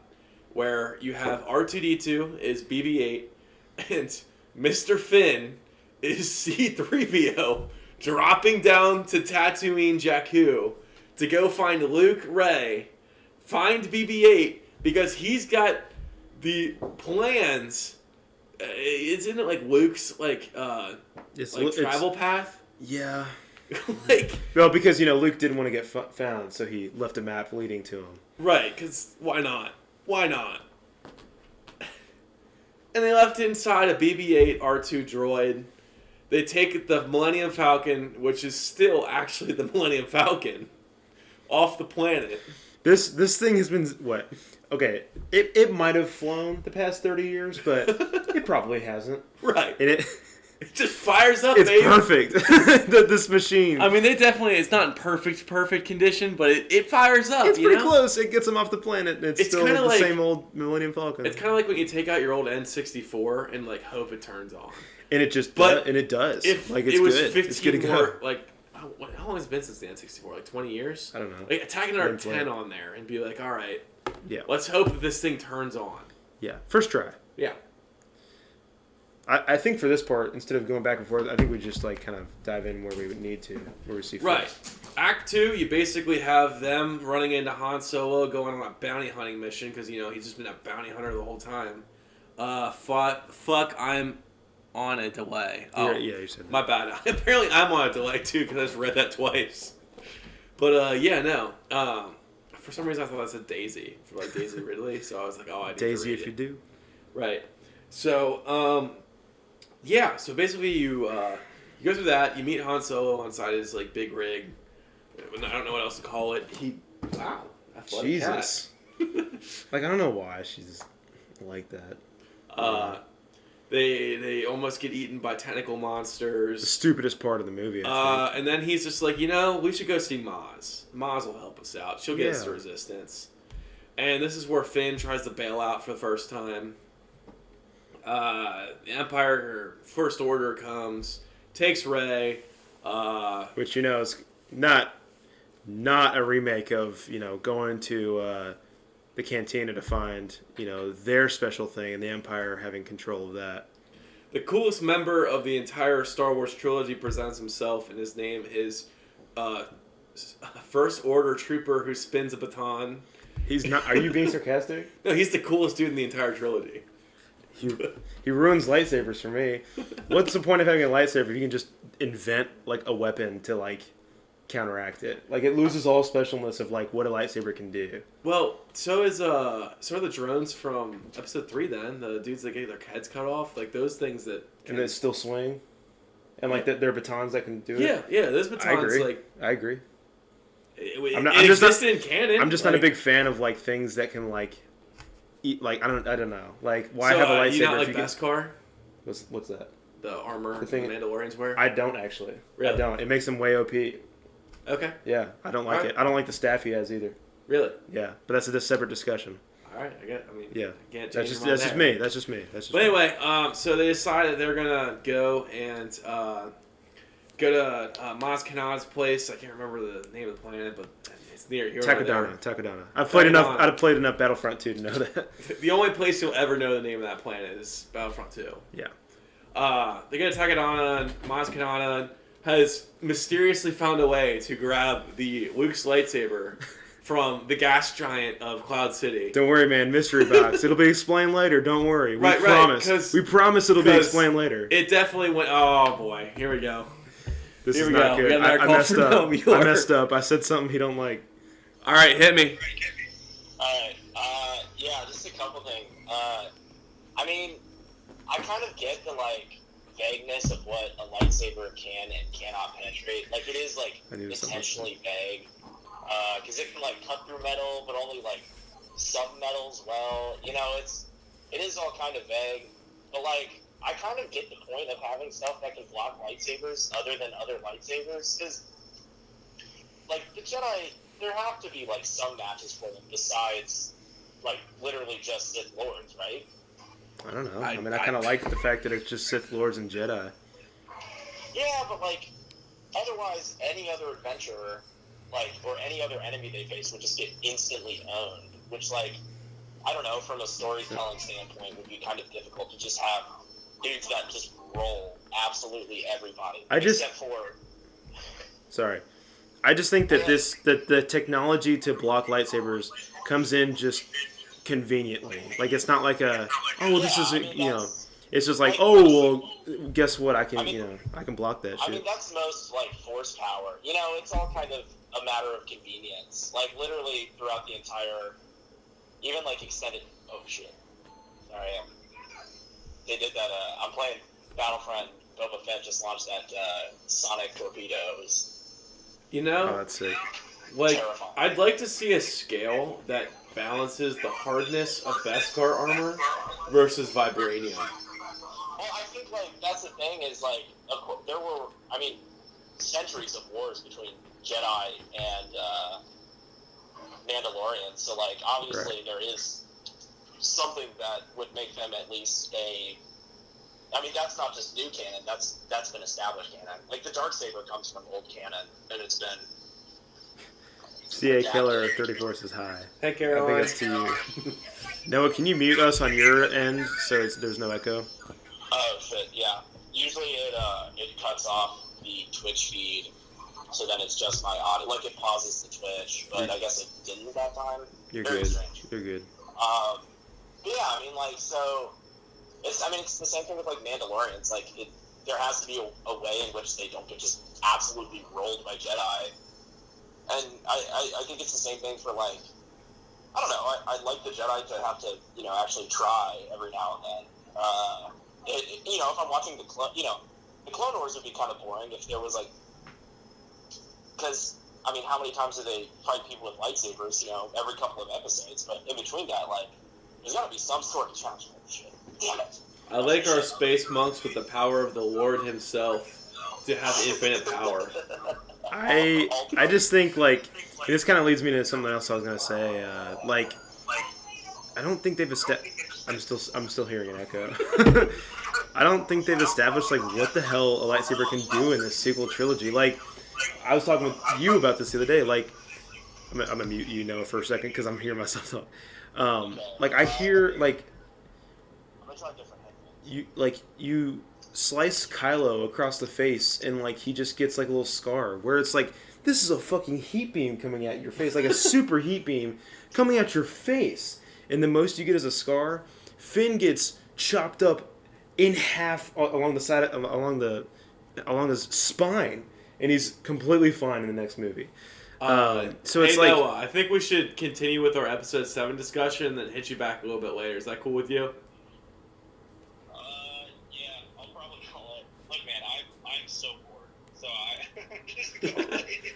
you should have come into town. You could be a part of this in Yeah, person. maybe next time we can give you an invite and you can pop down for the next chat. I will strike out for this. Like, It's gonna be, I mean, maybe weekly, bi-weekly. Hey, if weekly, you bi-weekly. if you had driven down here, you would have been down here by now. Honestly, yeah. Anyway, all right, we'll see you, Noah. All right, talk to you soon. I'm sure. All right, see ya. I have to give a quick shout out. Oh my God, we're at 39 right now. Luma Claire and CA Killer 34. Really appreciate the follows. Thanks, Caroline. Like big time. We're at 39 right now, and I'm loving it. Yeah, let's just keep it rolling. We need 50 by the end of the night. Come on. This is the most successful stream I've done, so obviously, All right. obviously I'm enjoying it. So yeah, we're still on number 7. we haven't even touched the stuff that we God. really want to talk about. All right, so let's speed run through 7. All right, we're on Act 3 now at this point. Go Star Killer Base. But yeah, I'm gonna say it. Spinny First Order man who had some stride, just random trooper who thought. I will say that's probably one of the coolest moments of the new trilogy is Finn wielding a lightsaber, because I'm okay with that. the only 2 non-lightsaber wielders I can think of in the Star Wars trilogy who are not Force wielders, of course, using a lightsaber are Finn and Han Solo uses one for about 2 seconds in Empire Strikes Back. To cut a tauntaun open. Yeah. I believe up until the sequels came out, Han Solo doing that was the only time. And ironically, that Han so. Solo is like right there to watch him. Like maybe that was like a planned thing. I don't know. Like kind of like a nod. I don't know. Who knows? Oh yeah, sorry. All right, so we get in the third act. They get delivered the Resistance base. Finn still wants to go home because he's a little bitch boy. They meet up with Poe Dameron again because he's fine this whole time. It was just a fake out because, of course, Disney just fakes us out. Noah says, canonically, they went to the First Order training together. That trooper was a riot cop. Interesting. All right, cool. That is pretty cool, actually. I like that. I'm okay with that. I really like that, though. I like the whole, like, the jazz thing he's got going on where he's like... the remixes they make with him? Yeah. Like, honestly, that's like big time. Yeah. Right? Yeah. Yeah. But, okay, so on Star Killer Base. They get to Star Killer Base, they're interrogating Rey, and just in the blink of an eye, once Maz Kanata tells Rey that, hey, you're a Jedi.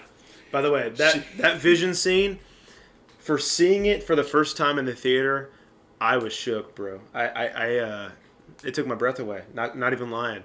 I think it was just a lot of nostalgia baiting. Now that I look back on it, but at the time it was awesome. So sorry. So yeah, no, I saw the whole. All right, we're at first from Star Killer Base. And now apparently Rey has infinite force powers after being told just once. Hey, you can like do this. Yeah. Yeah. Hey, can? you have all of these force powers that might take like years. You just have them. Like you've had them the whole time. Yeah. And then she's like, oh shit. So like that one time when I told my 5th grade teacher go get me an apple and she totally didn't, and I asked her again, she did it in the drop of a hat. It was the Force. It was the Force. Also, beating Kylo's we'll get there. mind thing. Well, that's exactly where we're at. Yeah. So not only beating Kylo's mind thing, but the whole like scene afterwards where she just instinctively knows how to do, like, she hasn't seen anybody ever do it. She's never heard of Jedi before either. What are you talking about? She uses a forced mind trick on the freaking no idea what it stormtrooper. is. No, Nobody's ever shown that to her. I'm Daniel Craig, of all people, one of the coolest dudes to live. Right. Yeah. He's just like, Shame. you will leave, and you will leave the door unlocked. This is a comedic moment, even though it makes no sense. And on top of that, like, I've never seen anybody do this before, and I even know how to do the hand motions. Yes. And like, huh? I don't know if she does the hand motions, but the sentiment it's just like, what? Like, how did you know to do that? It's that kind of shit throughout the entire trilogy. I'm just like, we as the fans know what you're talking about, but these characters have no idea what you're doing. So anyway, moments after Finn decides that he's gonna like skedaddle, he then immediately decides that, hey, I'm gonna go put myself in the most dangerous position on Earth, go to Starkiller Base while these rebel pilots are about to blow it up. Like, put myself on the planet as they're about to like blow the core. After literally moments earlier wanting to be nowhere near the Resistance at all. Okay. That's also something that is a recurring theme in this trilogy, is that characters don't know what the fuck they want to do. They have no idea. And that's not like that's a really cool like character plot. No, the writers don't know what to do with them. They don't know where to put them. They put them where they need the plot to have them. That's where they put them. Finn didn't care about the Resistance, but he cared about Rey. That's sweet. Yeah, it was adorable. So he goes back. Not what he said on Takadana, though. No, because he was totally cool with leaving her. The Last Jedi is about him learning. Takadana without even like mentioning he was leaving. The Last Jedi is about him wanting to learn. Sorry, about him learning to want to fight for a cause. That is also sweet. That's awesome. Until he just like doesn't. Yeah, until he does. Until he literally still wants to escape. Hey, until he tries to, but then Rose stops him. Right. Until he tries to sacrifice himself for a cause. Rose stops him. And she survives, of course. Oh, yeah. Both of them do. Yeah. Anyway. He was going to leave Rey because he thought she was safe with Solo. So now we get to the most important part of the movie. Rey is sneaking around. She meets back up with Finn. Kylo runs into his big old poppy who looks nothing like him, by the way. Right. He knows... Not a knock on Adam Driver. What does that say?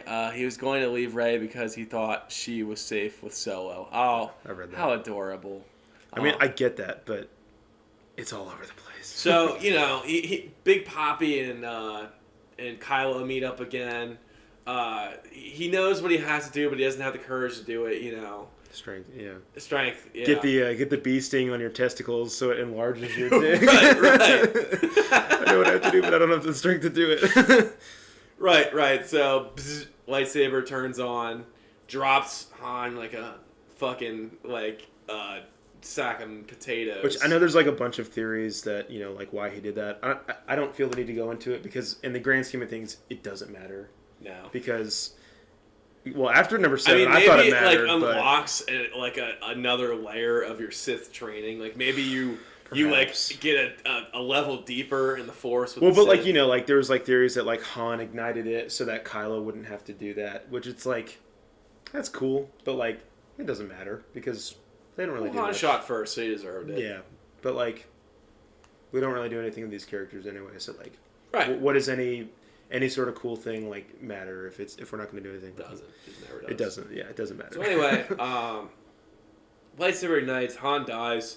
This is probably my favorite part of the movie. Chewie pulls out a fucking grenade launcher and hits Kylo square in the shoulder, and he does nothing but just shrug it off. I mean, for those of you who are in the section of the comments that have ever seen an episode of Dragon Ball, that's like hitting somebody with a ray of energy. And then just, fucking shrugging it off and being like, ha, my power level is actually greater than yours. So this grenade just didn't do shit to me. Noah says, it's his bowcaster, you clown. Right, but it's a grenade launcher. That's exactly what the force of the bowcaster is. Literally, if you go back 20 minutes in the movie, Han Solo picks up the bowcaster and fires it and it shoots out and causes a grenade-like explosion onto the pile of stormtroopers he shoots it at. I kid you not, 20 minutes before, Chewie picks up the bowcaster, shoots Kylo square in the shoulder. I don't remember that, but... And he just shrugs it off. I know he comes out, hitting himself, but I thought that was because he got hit, somewhere on the side. That's after Rey hits him in the side. With the lightsaber. That's right, he stands up. Right. Well, yeah. Give me a couple seconds, I'll get into what should have happened. Anyway, so they blow up, they detonate the tower, drop the shields, the Resistance comes in, blows up the core, and then you get the fight scene between Finn and Kylo. And... For those of us who are keeping track, this is a former Jedi who was trained by Luke Skywalker himself, then turned to the dark side, unleashed his Sith rage. Trained under Sidious. Trained by Sidious and Snoke, right? Right. Okay. Going up against a stormtrooper with a lightsaber and barely wins. No, he wins. It's pretty easily wins. Okay.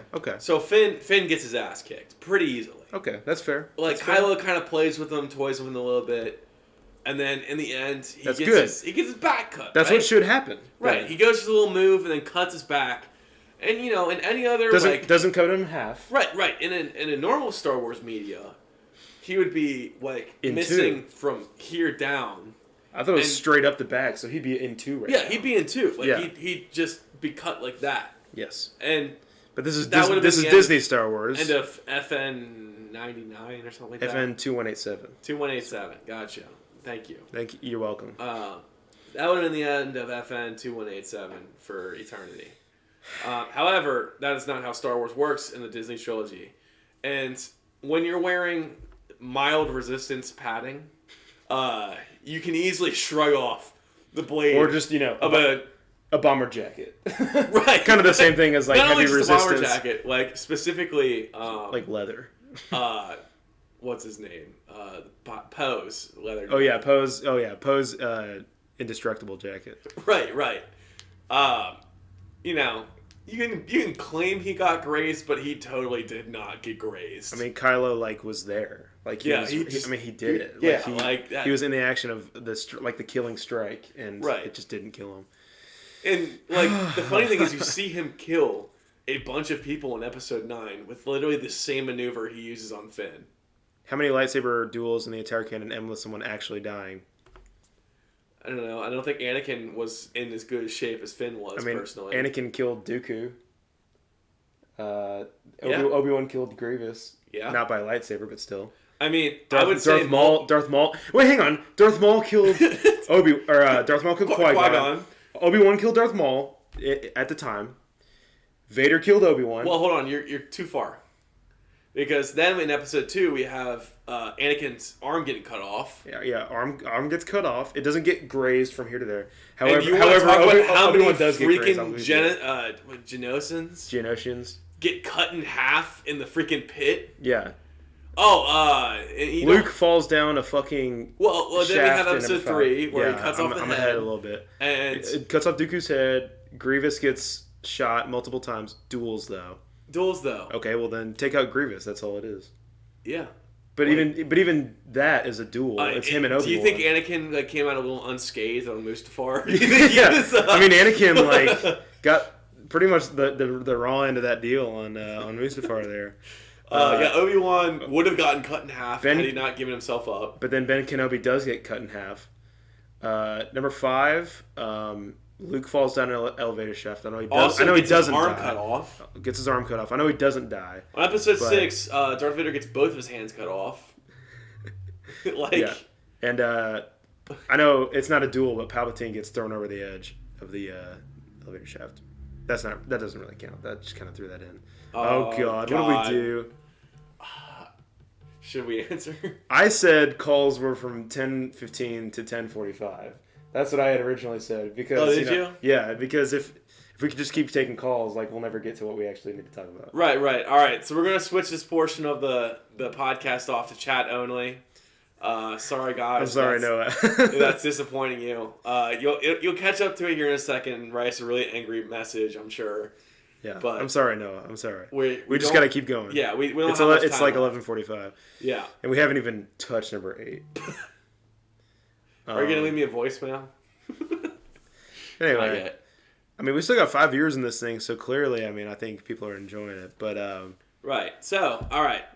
We get through Episode 7. Oh, wait. We missed the part of Episode 7. The ending? We missed the Rey Kylo fight. Yeah, okay. Yeah, I forgot about that. Right. So, Rey Kylo fight. Man, even liking number 7, leaving the theater, I was still watching it, and I was like, oh well, he's gonna do the same thing to Rey that he did to Finn, because although Rey has the Force, she still has the same amount of training that. Actually, I would argue Finn has more training in combat skills than Rey did. Yeah, no, Ray kind of holds you her own, could- and not only holds the her own. only way you could ever argue that Ray is better off is because she used that stick thing on Jakku. I've heard that, but that's not a fucking lightsaber. That's a two-handed weapon that is completely held different It's than still like a martial lightsaber. weapon, I guess. It's a melee, yeah, sure. Oh, we got Mafuz is also calling.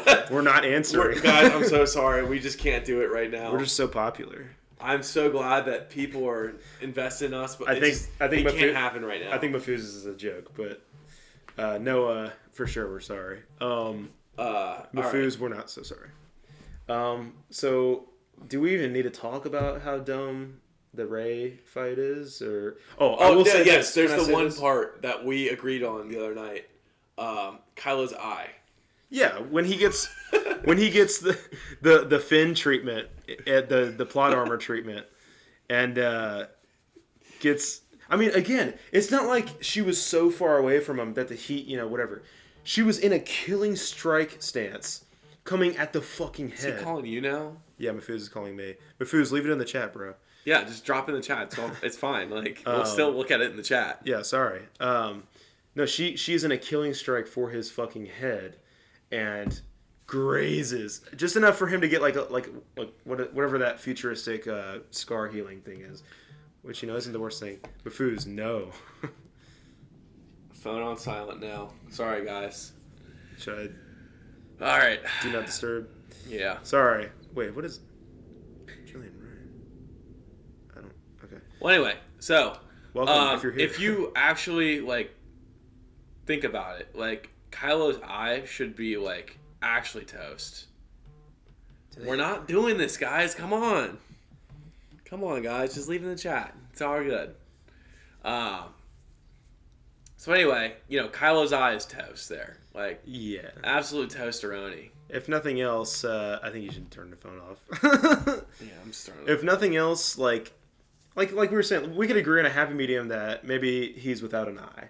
If you're gonna go that close to a killing strike, what should be his entire head sliced in half, I'm okay with him losing an eye. But how does he get? And it's not even that big of a gash. It's honestly, it's fine. It's no, I agree.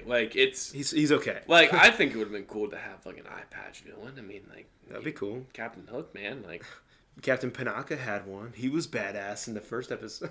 Right. Phantom Menace. I mean, I don't know much about Captain Panaka, but time for our favorite. Are we getting number 8? All right. Who wants?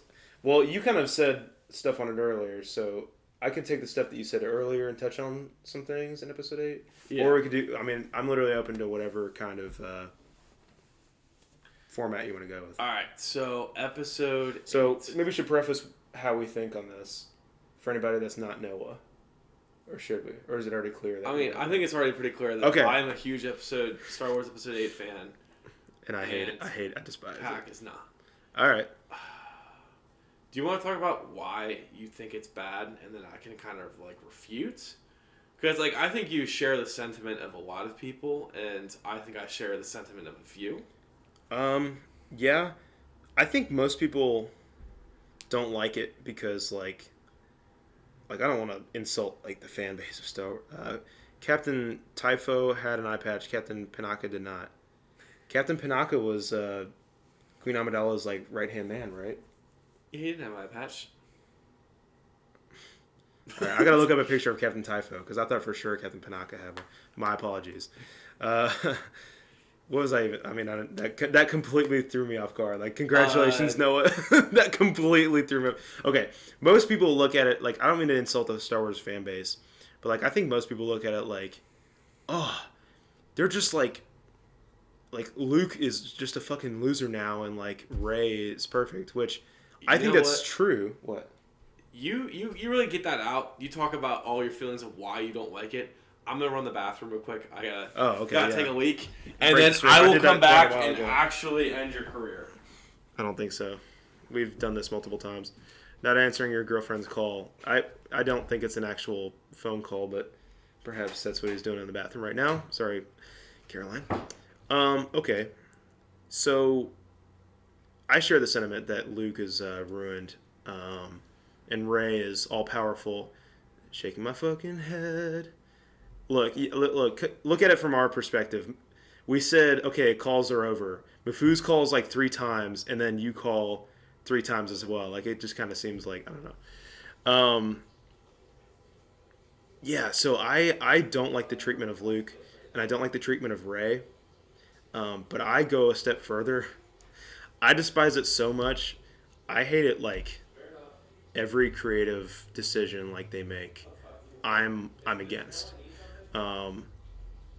I think Franco even agrees that like the Finn Rose storyline is pretty not like good, pretty bad in fact, and pretty detrimental to all the flow the story does have.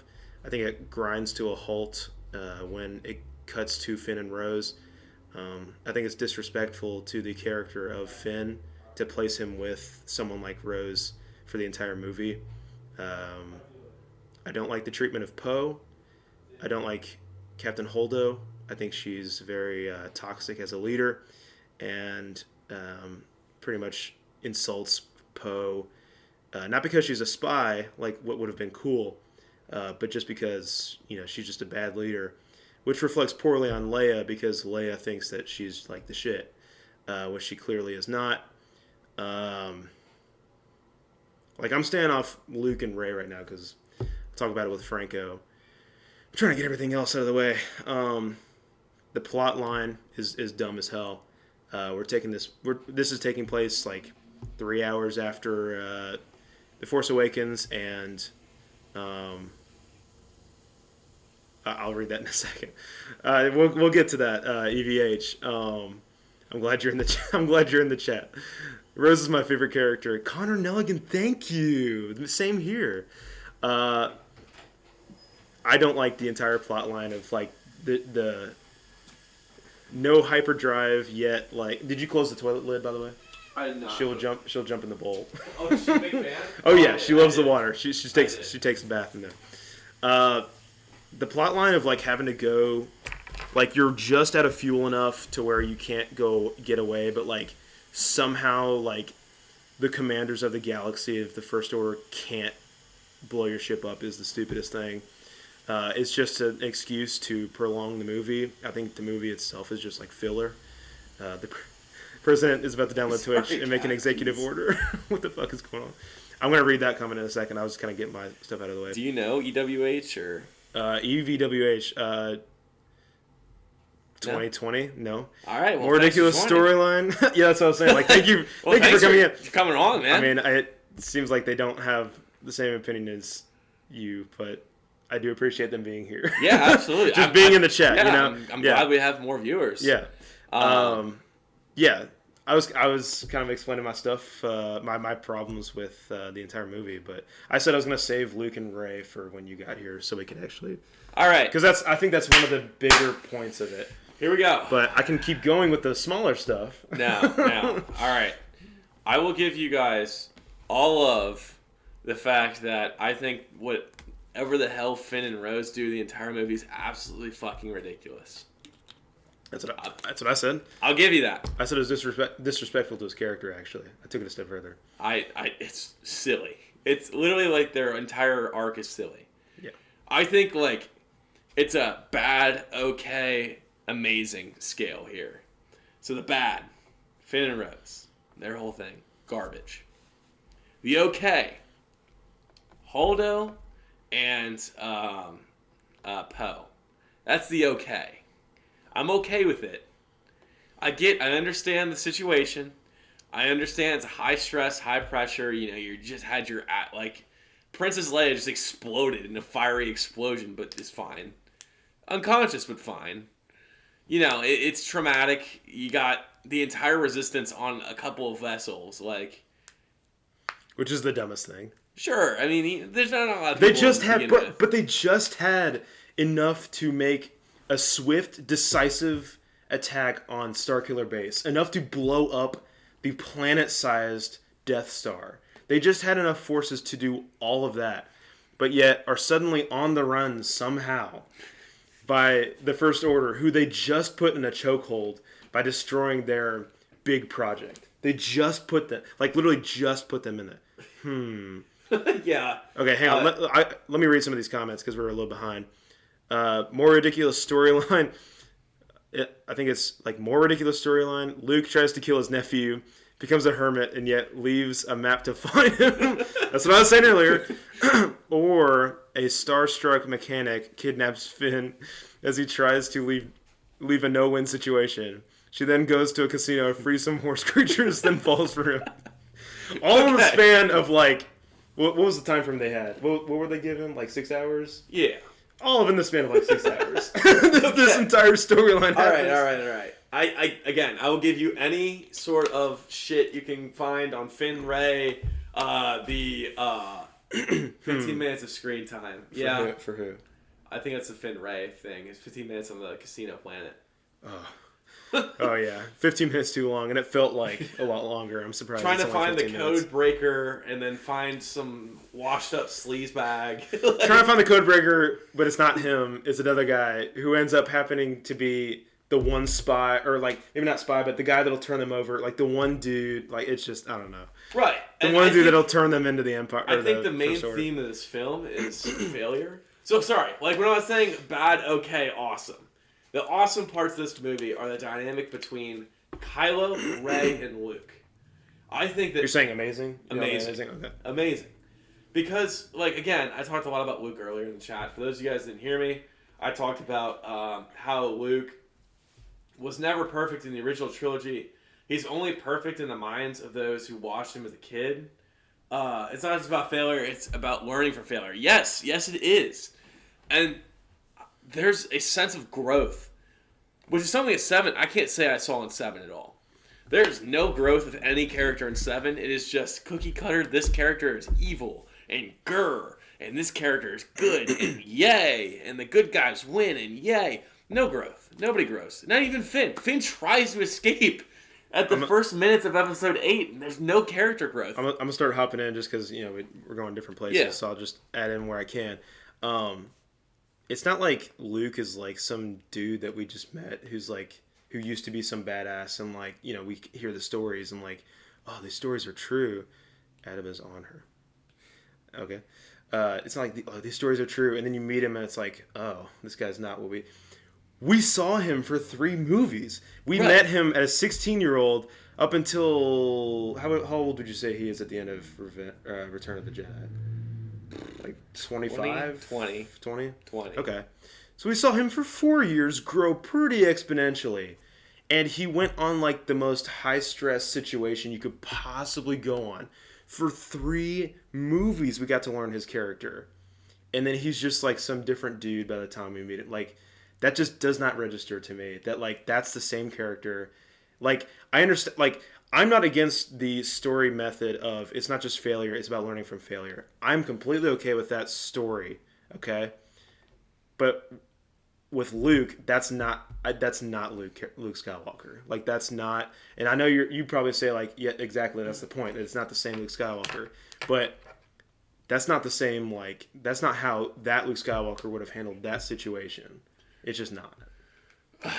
I tend to disagree with you just because, like, I mean, again, you look at the situation, you look at everything involved in Luke's life, and you say, okay, got the school police dropping some people Security, off.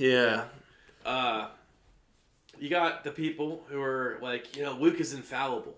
Luke never did anything wrong. Are you talking about fans or characters in Star Wars? The fans have built Luke out to be something he's not. I don't agree. It's kind of like... Shut up, Pac, but not Franco. Is she angry at you? Or is she just agreeing with my point? Oh, I don't know. Okay. It's just one of those things where it's... you look at it, you take a step back, and you say, okay, was Luke actually as great as the other people, like that, as the audience makes him out to be? Look, I agree that he wasn't the best Jedi. Like, if you're looking at what it means to be a traditional Jedi, Franco's right, but still a bitch. I hate that Franco guy. You might just not want to look at the Oh, he's kind of cute. Yeah, I think he is. Yeah. He's pretty cute. You should date him. Yeah. Look, I agree. Luke wasn't the best Jedi because there was no one really there to teach him the fundamental ways of being a Jedi. Yeah. I completely agree. Like, Yoda did it for like 2 weeks. He kind of tried his best, and then Luke went off and fought Vader. So, like, he's obviously not the perfect Jedi.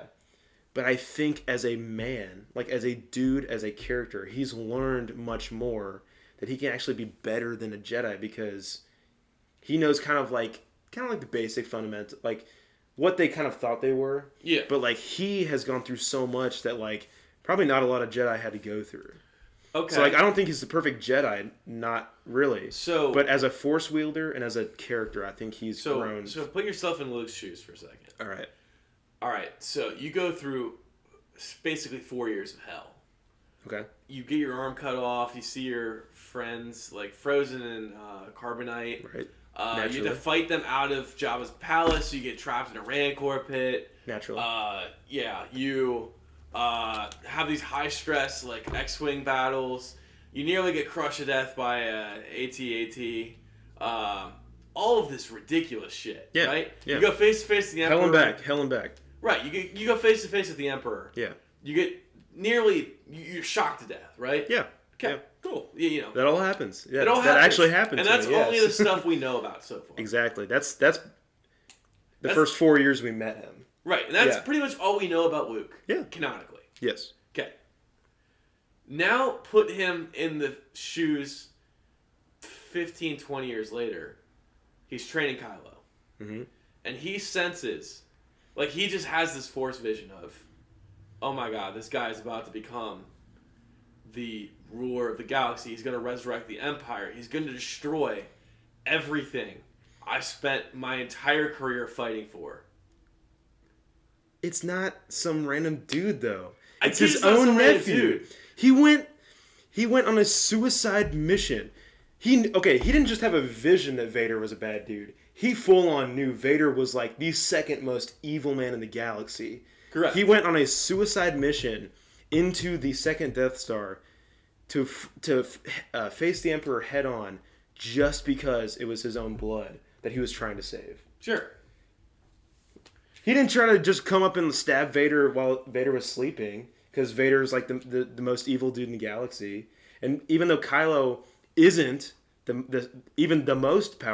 most evil dude in the galaxy, he has a vision of that, so he goes to kill him in his sleep. Just remember, this is a 50-year-old Luke we're talking about. Yes, a more experienced, a more hardened dude. Yes, but out of his prime. What is that like, physically or mentally or both? Both. Exactly. But like He's out of his prime. But he's he wiser. He could not handle another galaxy revolt. But he's wiser. And you know what happens? Kylo proves him exactly right. He kills all of his other Padawans. Because of Luke. Because of Luke doing that. Right. If he didn't wake up to see Luke. Plus, by the way, why does Kylo turn from like kind of good? I mean, I guess it's like the visions, right? That he turns to like the dark side. Plus with Luke, I was gonna say like it's kind of dumb that like he'd be like light side and then just wakes up and see his uncle and then just like, goes full on bad. That's kind of not the point. No, but like Luke is like so much wiser now. But like even as a 20-year-old, he had the foresight. Comment there. I didn't even. But the whole point is that he restarted the Jedi Order and made the same mistakes they did. I mean, but even faster. And this comes into a different point I had about something else. He was overconfident and fearful of emotions and the dark side as they were. The Last Jedi is about him learning from that failure, both his own and those of the Jedi, and reinstating the legend of Luke Skywalker. But it didn't even need to be lost in the first place. That's my thing. It's like, I'm okay with like the fallen hero thing. Like I like that kind of story, but like with Luke Skywalker, you could even do that with Luke Skywalker. But the way they do it makes no sense to me, because he's like the thing they have him learn, he's already learned 30 years earlier. Like he's already learned that, and he's already proven that he can sense the dark side in someone and actually have the dark side in himself, like the Skywalker like dark side. Yeah. Which is pretty cool. But he can still overcome that even against Darth Vader, who was much more powerful than Kylo ever was in the sequel trilogy. That's me. Caroline says, "Look at the time," and we're on number 8. Franco's in trouble. However, the ketamine frog was like 300 years old. I love that. Still about crushed Dooku. He is not yet. No, the Not ketamine yet. frog was way over 300 years old. He was like close to 800. Yeah. He's like close to 800 years old. 800. It's so funny that like only like 30 years passed between Attack of the Clones and when he dies in Return of the Jedi. But like only 50 years earlier, which is like what, 3 years for like a human, Yeah. he was like doing flips and shit around Dooku. Jermaine Frog was approximately 800. Yeah. But like at 750, he was completely fine. Right, yeah, He was completely agile and did whatever he wanted to do. Well, that's because he did his like morning regimen every day. You know, he would go off for his Cold runs, showers, like- no fap, journaling, meditation. Yeah, go out for a run, get a little nice jog. Exactly. In, like in Dagobah, Brisk- you don't have like a steady diet. That's you don't true. have like any kind of. It's like frogs, dude. And he's like, he himself is like that. He can't do that. right. What do you eat on Dagobah, by the way? I know at one point like he tries to eat like R2. So is he just like starving himself for like 50 years? I don't know, dude. Like I know Baby Yoda eats like frogs, like little frog eggs, fish egg thingies, right? Like. Yeah. Evilly. Dude, Yeah. Baby Yoda's like the Baby Yoda commits genocide. He's the villain of The Mandalorian Season 2. It's what people who ask too many questions do to a man. He was tired of answering, so straight up left.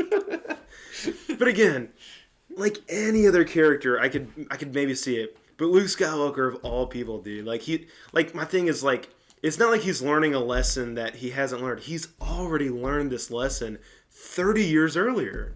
He's already learned that. And actually in a much more intense stakes situation, or higher stakes situation. But he's already is learned it a that. higher stakes situation, though? With Vader? I think so. He had the entire galaxy on the line. He was the last hope. But think about this. Like, he is the last hope. Yes. And then you think, like, you look at it, and you're like, okay, if he's the last hope, if he's our last line of defense, and he fails. he's training a new Vader, like what?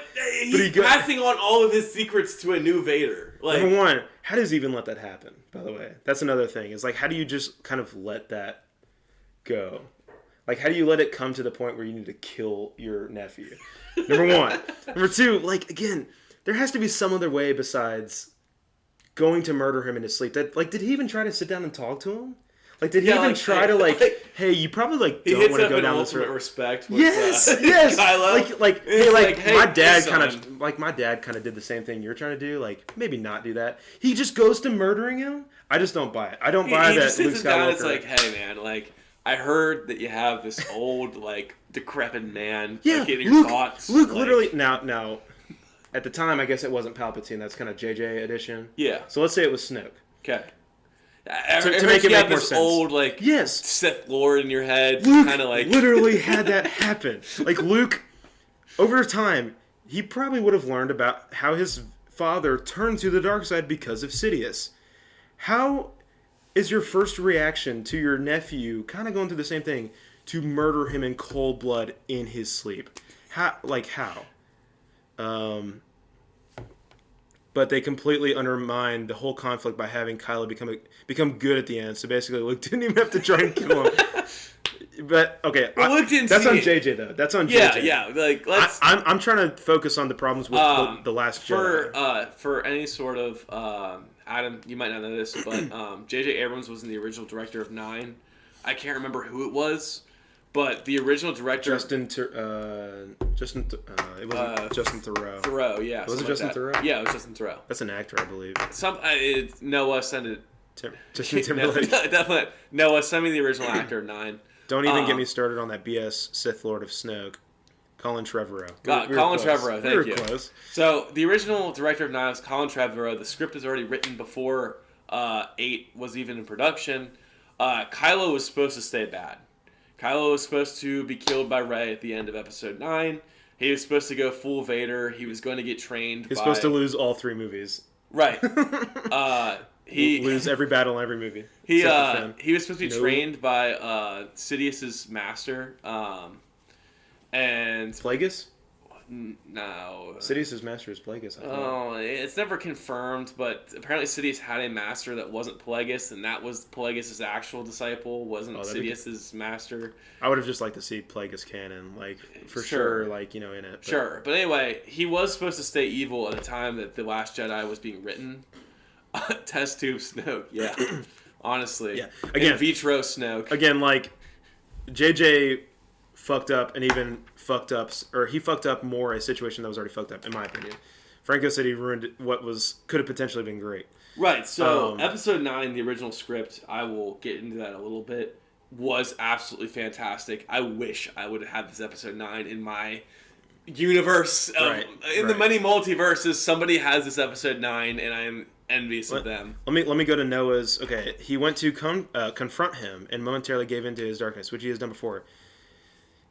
But why is that his first action? He goes and doesn't he try to talk to Vader at some point, or does he just go to? Well, they talk to Vader on the elevator. He talks to him on the elevator before they go to the Death Star. So they're on Endor. He talks to him on the elevator and is like, "Exactly. I know you're not all bad." And Vader's like, "You can rule the galaxy with me." Exactly. And that's their conversation. Is Luke looks at him and says, "Hey, I know there's some good left in you. I know there's good left in you. So and why doesn't he? Vader turns to him and says, "You know, we can rule the galaxy together." So why doesn't he at least try to do something a little less violent than just go murder his own nephew? If it was just any other student, I'd be like, kind of had it coming. But he's shown with his own family that he will go to any length. But does he have that strong of a connection to Kylo? Is the next question. I don't know. That's a good point. He was going to talk to him and then sensed all the horrible things he would do. I mean, that's just... I don't think that's a solid point to, like, murder someone. Could do. Not would. Could. I agree. I would agree with Adam. Do you agree with Adam, or do you think it's would or could? Because I think it's could. When Luke's understanding of the Force is that he can also sense the future to some extent. So would he not sense himself cause the downfall of Kylo? Like, going into his, like... I mean, he's not perfect. His quarters? I don't know. Maybe he's got a clouded view of the Force. I mean... Just kind of like if you're in a force battle against basically Darth Sidious, like a force mental battle where you're getting visions and Darth Sidious is getting visions and your visions can conflict. I believe Sidious probably has got the upper hand on Luke there. But so why wouldn't you think like, okay, well that might be just like a Sidious because projection. Sidious is dead. Who would have thought? But you're saying Sidious you're in a battle with like Sidious's like right, but side. he wouldn't have known it was Sidious. So basically, like if you think about it, like. But are you saying he knew it was a dark side presence though? Yeah, he knew. So why wouldn't he think like, okay, well it might just be like a dark side like fucking with me, like my mind. He could have, but I think Sidious. I mean, if we want to grasp at straws here, we can grasp at straws. I think if that was the case, I think Sidious is far more powerful than him. At the end of the day, I believe so. And I think I believe Sidious just is in the original trilogy. I think that's the case. And I mean, I think it would have been really awesome that if you know, again, if I were the director, maybe instead in episode 9 saying that Sidious is the one who tempted Luke into killing Kylo. Is that what they said? I don't even know. No, it was never that was never established. But that would have been kind of cool. I would have been like, hey. It would have made sense because right. But you're saying it would have made sense because it's kind of to my point is that it wasn't Luke. It wasn't Luke acting like that. It was Sidious controlling Luke. If it was actually Luke, he would not have done that. He would not have gone in and it's not controlling, it's tempting, I feel like.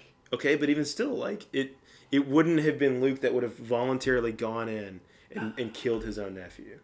That's just me. If that's just agree to disagree, that's agree to disagree. Okay, all right, that's fine.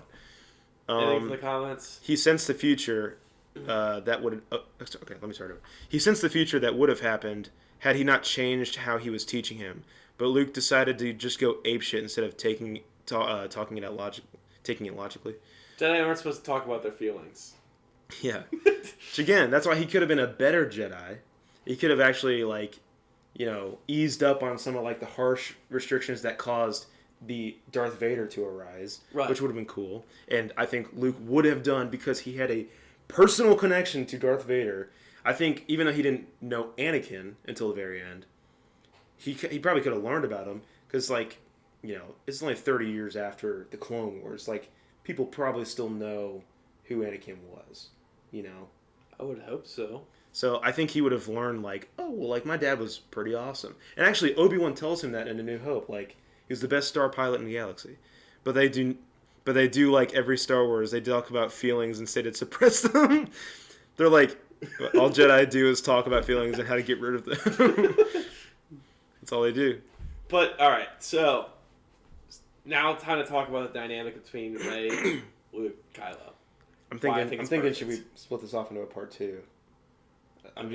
It's up to you. If you want to do it, I'm gonna need like a break though to like clear my throat and everything. Like like a seventh- part 2 seventh is inning in like stretch next almost. week. I don't know. What do you guys think? You guys want to see another one of these? Yeah. Like, Do you think we should end it? do you want to here? do one that's exclusively about Episode 8? Anakin was just too horny to hold back. Because we can definitely do a podcast that's exclusively about Episode 8. I know we just did a lot of introduction stuff today. I know that it's just a lot of... It's a lot. It's a big topic. Honestly. We're tackling a lot. We're trying to tackle a lot in 2 hours. And, we're not incredibly prepared. But we're doing our best here. We kind of know what we're talking about, so it's like when we bounce around to stuff, it's like, we just talk about that, but we didn't have like a script to go off of. But yeah, if y'all want, we could just break this off. I mean, I can keep going, but like it's going to go till like 2 a.m. if we just keep. You need to watch. You need a watch party and then talk about it after you make notes. I mean, but like, I feel like we already know it. I mean, enough. I feel like I we agree. know it enough. I mean, we know the movies. It's not like we're struggling to come up with stuff. It's that we have too much to talk about. Exactly. We can't go until 2 a.m. Like Exactly. 2, 3 a.m. Yeah. Like, exactly. So as much as I want to keep going, I mean, I'm tired. as much as I want and can, yeah. Yeah. I think we're at a good stopping point to where we can pick it up easily. Because once we get on number 9, we're not going to stop. I'm saying there's more solid arguments I don't to be think made. you guys understand. Episode Okay. 9 is kind of like... Adam's actually saying there's more to talk about as well. Yeah, there's plenty more to talk about. We have... I mean, if you guys want... Like, again, we're doing this for you guys. Like, if you guys want to tune back in the future, like, we'll do it. Like, Yeah. we're tuned. Voice. Maybe. Yes, of course. I think we should start calling the podcast the Beanie Bros. And we just wear beanies every week. I think we can get like more creative of a name. I don't know. I mean, BB. Like, if any guys think of any names in the chat, just drop them in there. Why would you? I hate it. Why would you put? Why would you put that up to them? I don't know. Like, Stupid- it's creative. You're gonna have Adam talking mad I shit. think Matt and Pack sounds pretty cool too. Matt and Peg. Matt and Pack podcast. Let's see. I'm gonna thank whoever's viewing the. All right, so we got another TTV viewer. Commander Root, Icaro 12 Oliveira, Ildelara, Noah T. Mueller, of course, Stego 15, of course, Violets TV. Thank you all for. How many new viewers we get? I don't know about new viewers. It shows me who's in the chat. Oh, okay. Yeah, and it's Well, not yeah. up to date with that there. Yeah, I was wondering why they only said 2 viewers the whole time. I'm listing off like 8 people. If you guys want to like pop something in the chat, like we appreciate it. I mean, we definitely want to hear what you guys have to say. We can take these next like 5-10 minutes talking to you guys. Like I want to get to know you guys. This is your experience too. What is that emoji? I was wondering too. Is he crying? No, it looks like a uterus. No, it's a person with their hands behind their head. Oh shit. K-pop. Yeah, they're crying. Shit. It's kind of sad. Does anybody else in the chat want to talk? Like, I mean, I know Stego's saying a lot, Adam, but anybody else? If Like, not, that's cool. We got a. It doesn't show me. I was gonna see how many comments we had because we're probably up there, which is good. I love it. Love to see it. Disney Star Wars. Look at all this. That's Look at that, insane, man. dude. Chat pause. Need to scroll. That's insane. Oh my god. Well, thank you, Adam, for the tentacle. love stuff tentacles. here. We're big tentacle people here. Big tentacle guy. Huge tentacle guys here. All right. Well, we're gonna end it there then. Yeah. We'll pick it back up, I guess, right where we left off. Like Stego was saying, there is a lot more to talk about, and we will for sure talk about it. So that's all I got.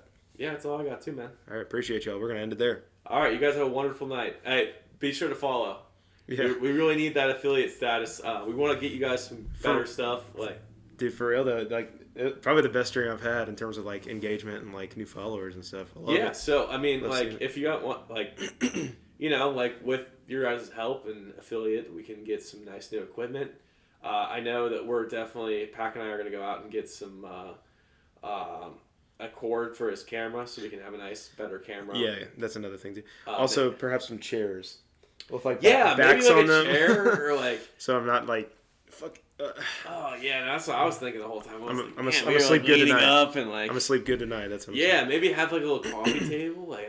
Oh wait, yeah. Right, maybe we have some actual coffee next time. Just like That'd be make cool. ourselves. That'd be cool. I got some A coffee. little coffee chat, you know. Make an aesthetic. Yeah, I mean, we could That's right. even make. What if we got like a poster and hung it in the background and be like that Matt and Pack talk? That'd Like, be cool. Yeah, that'd be pretty. there's awesome. a lot of possibilities. Yeah, like 39 followers though. That's huge though. I really appreciate all the support. G Fuel sponsorship. You gotta fuel like a winner if you want to discuss like a winner. If you want for sure. if you want to podcast like a winner, you gotta fuel like one. Oh yeah. I'm gonna end it there though. All right, peace, y'all. See ya.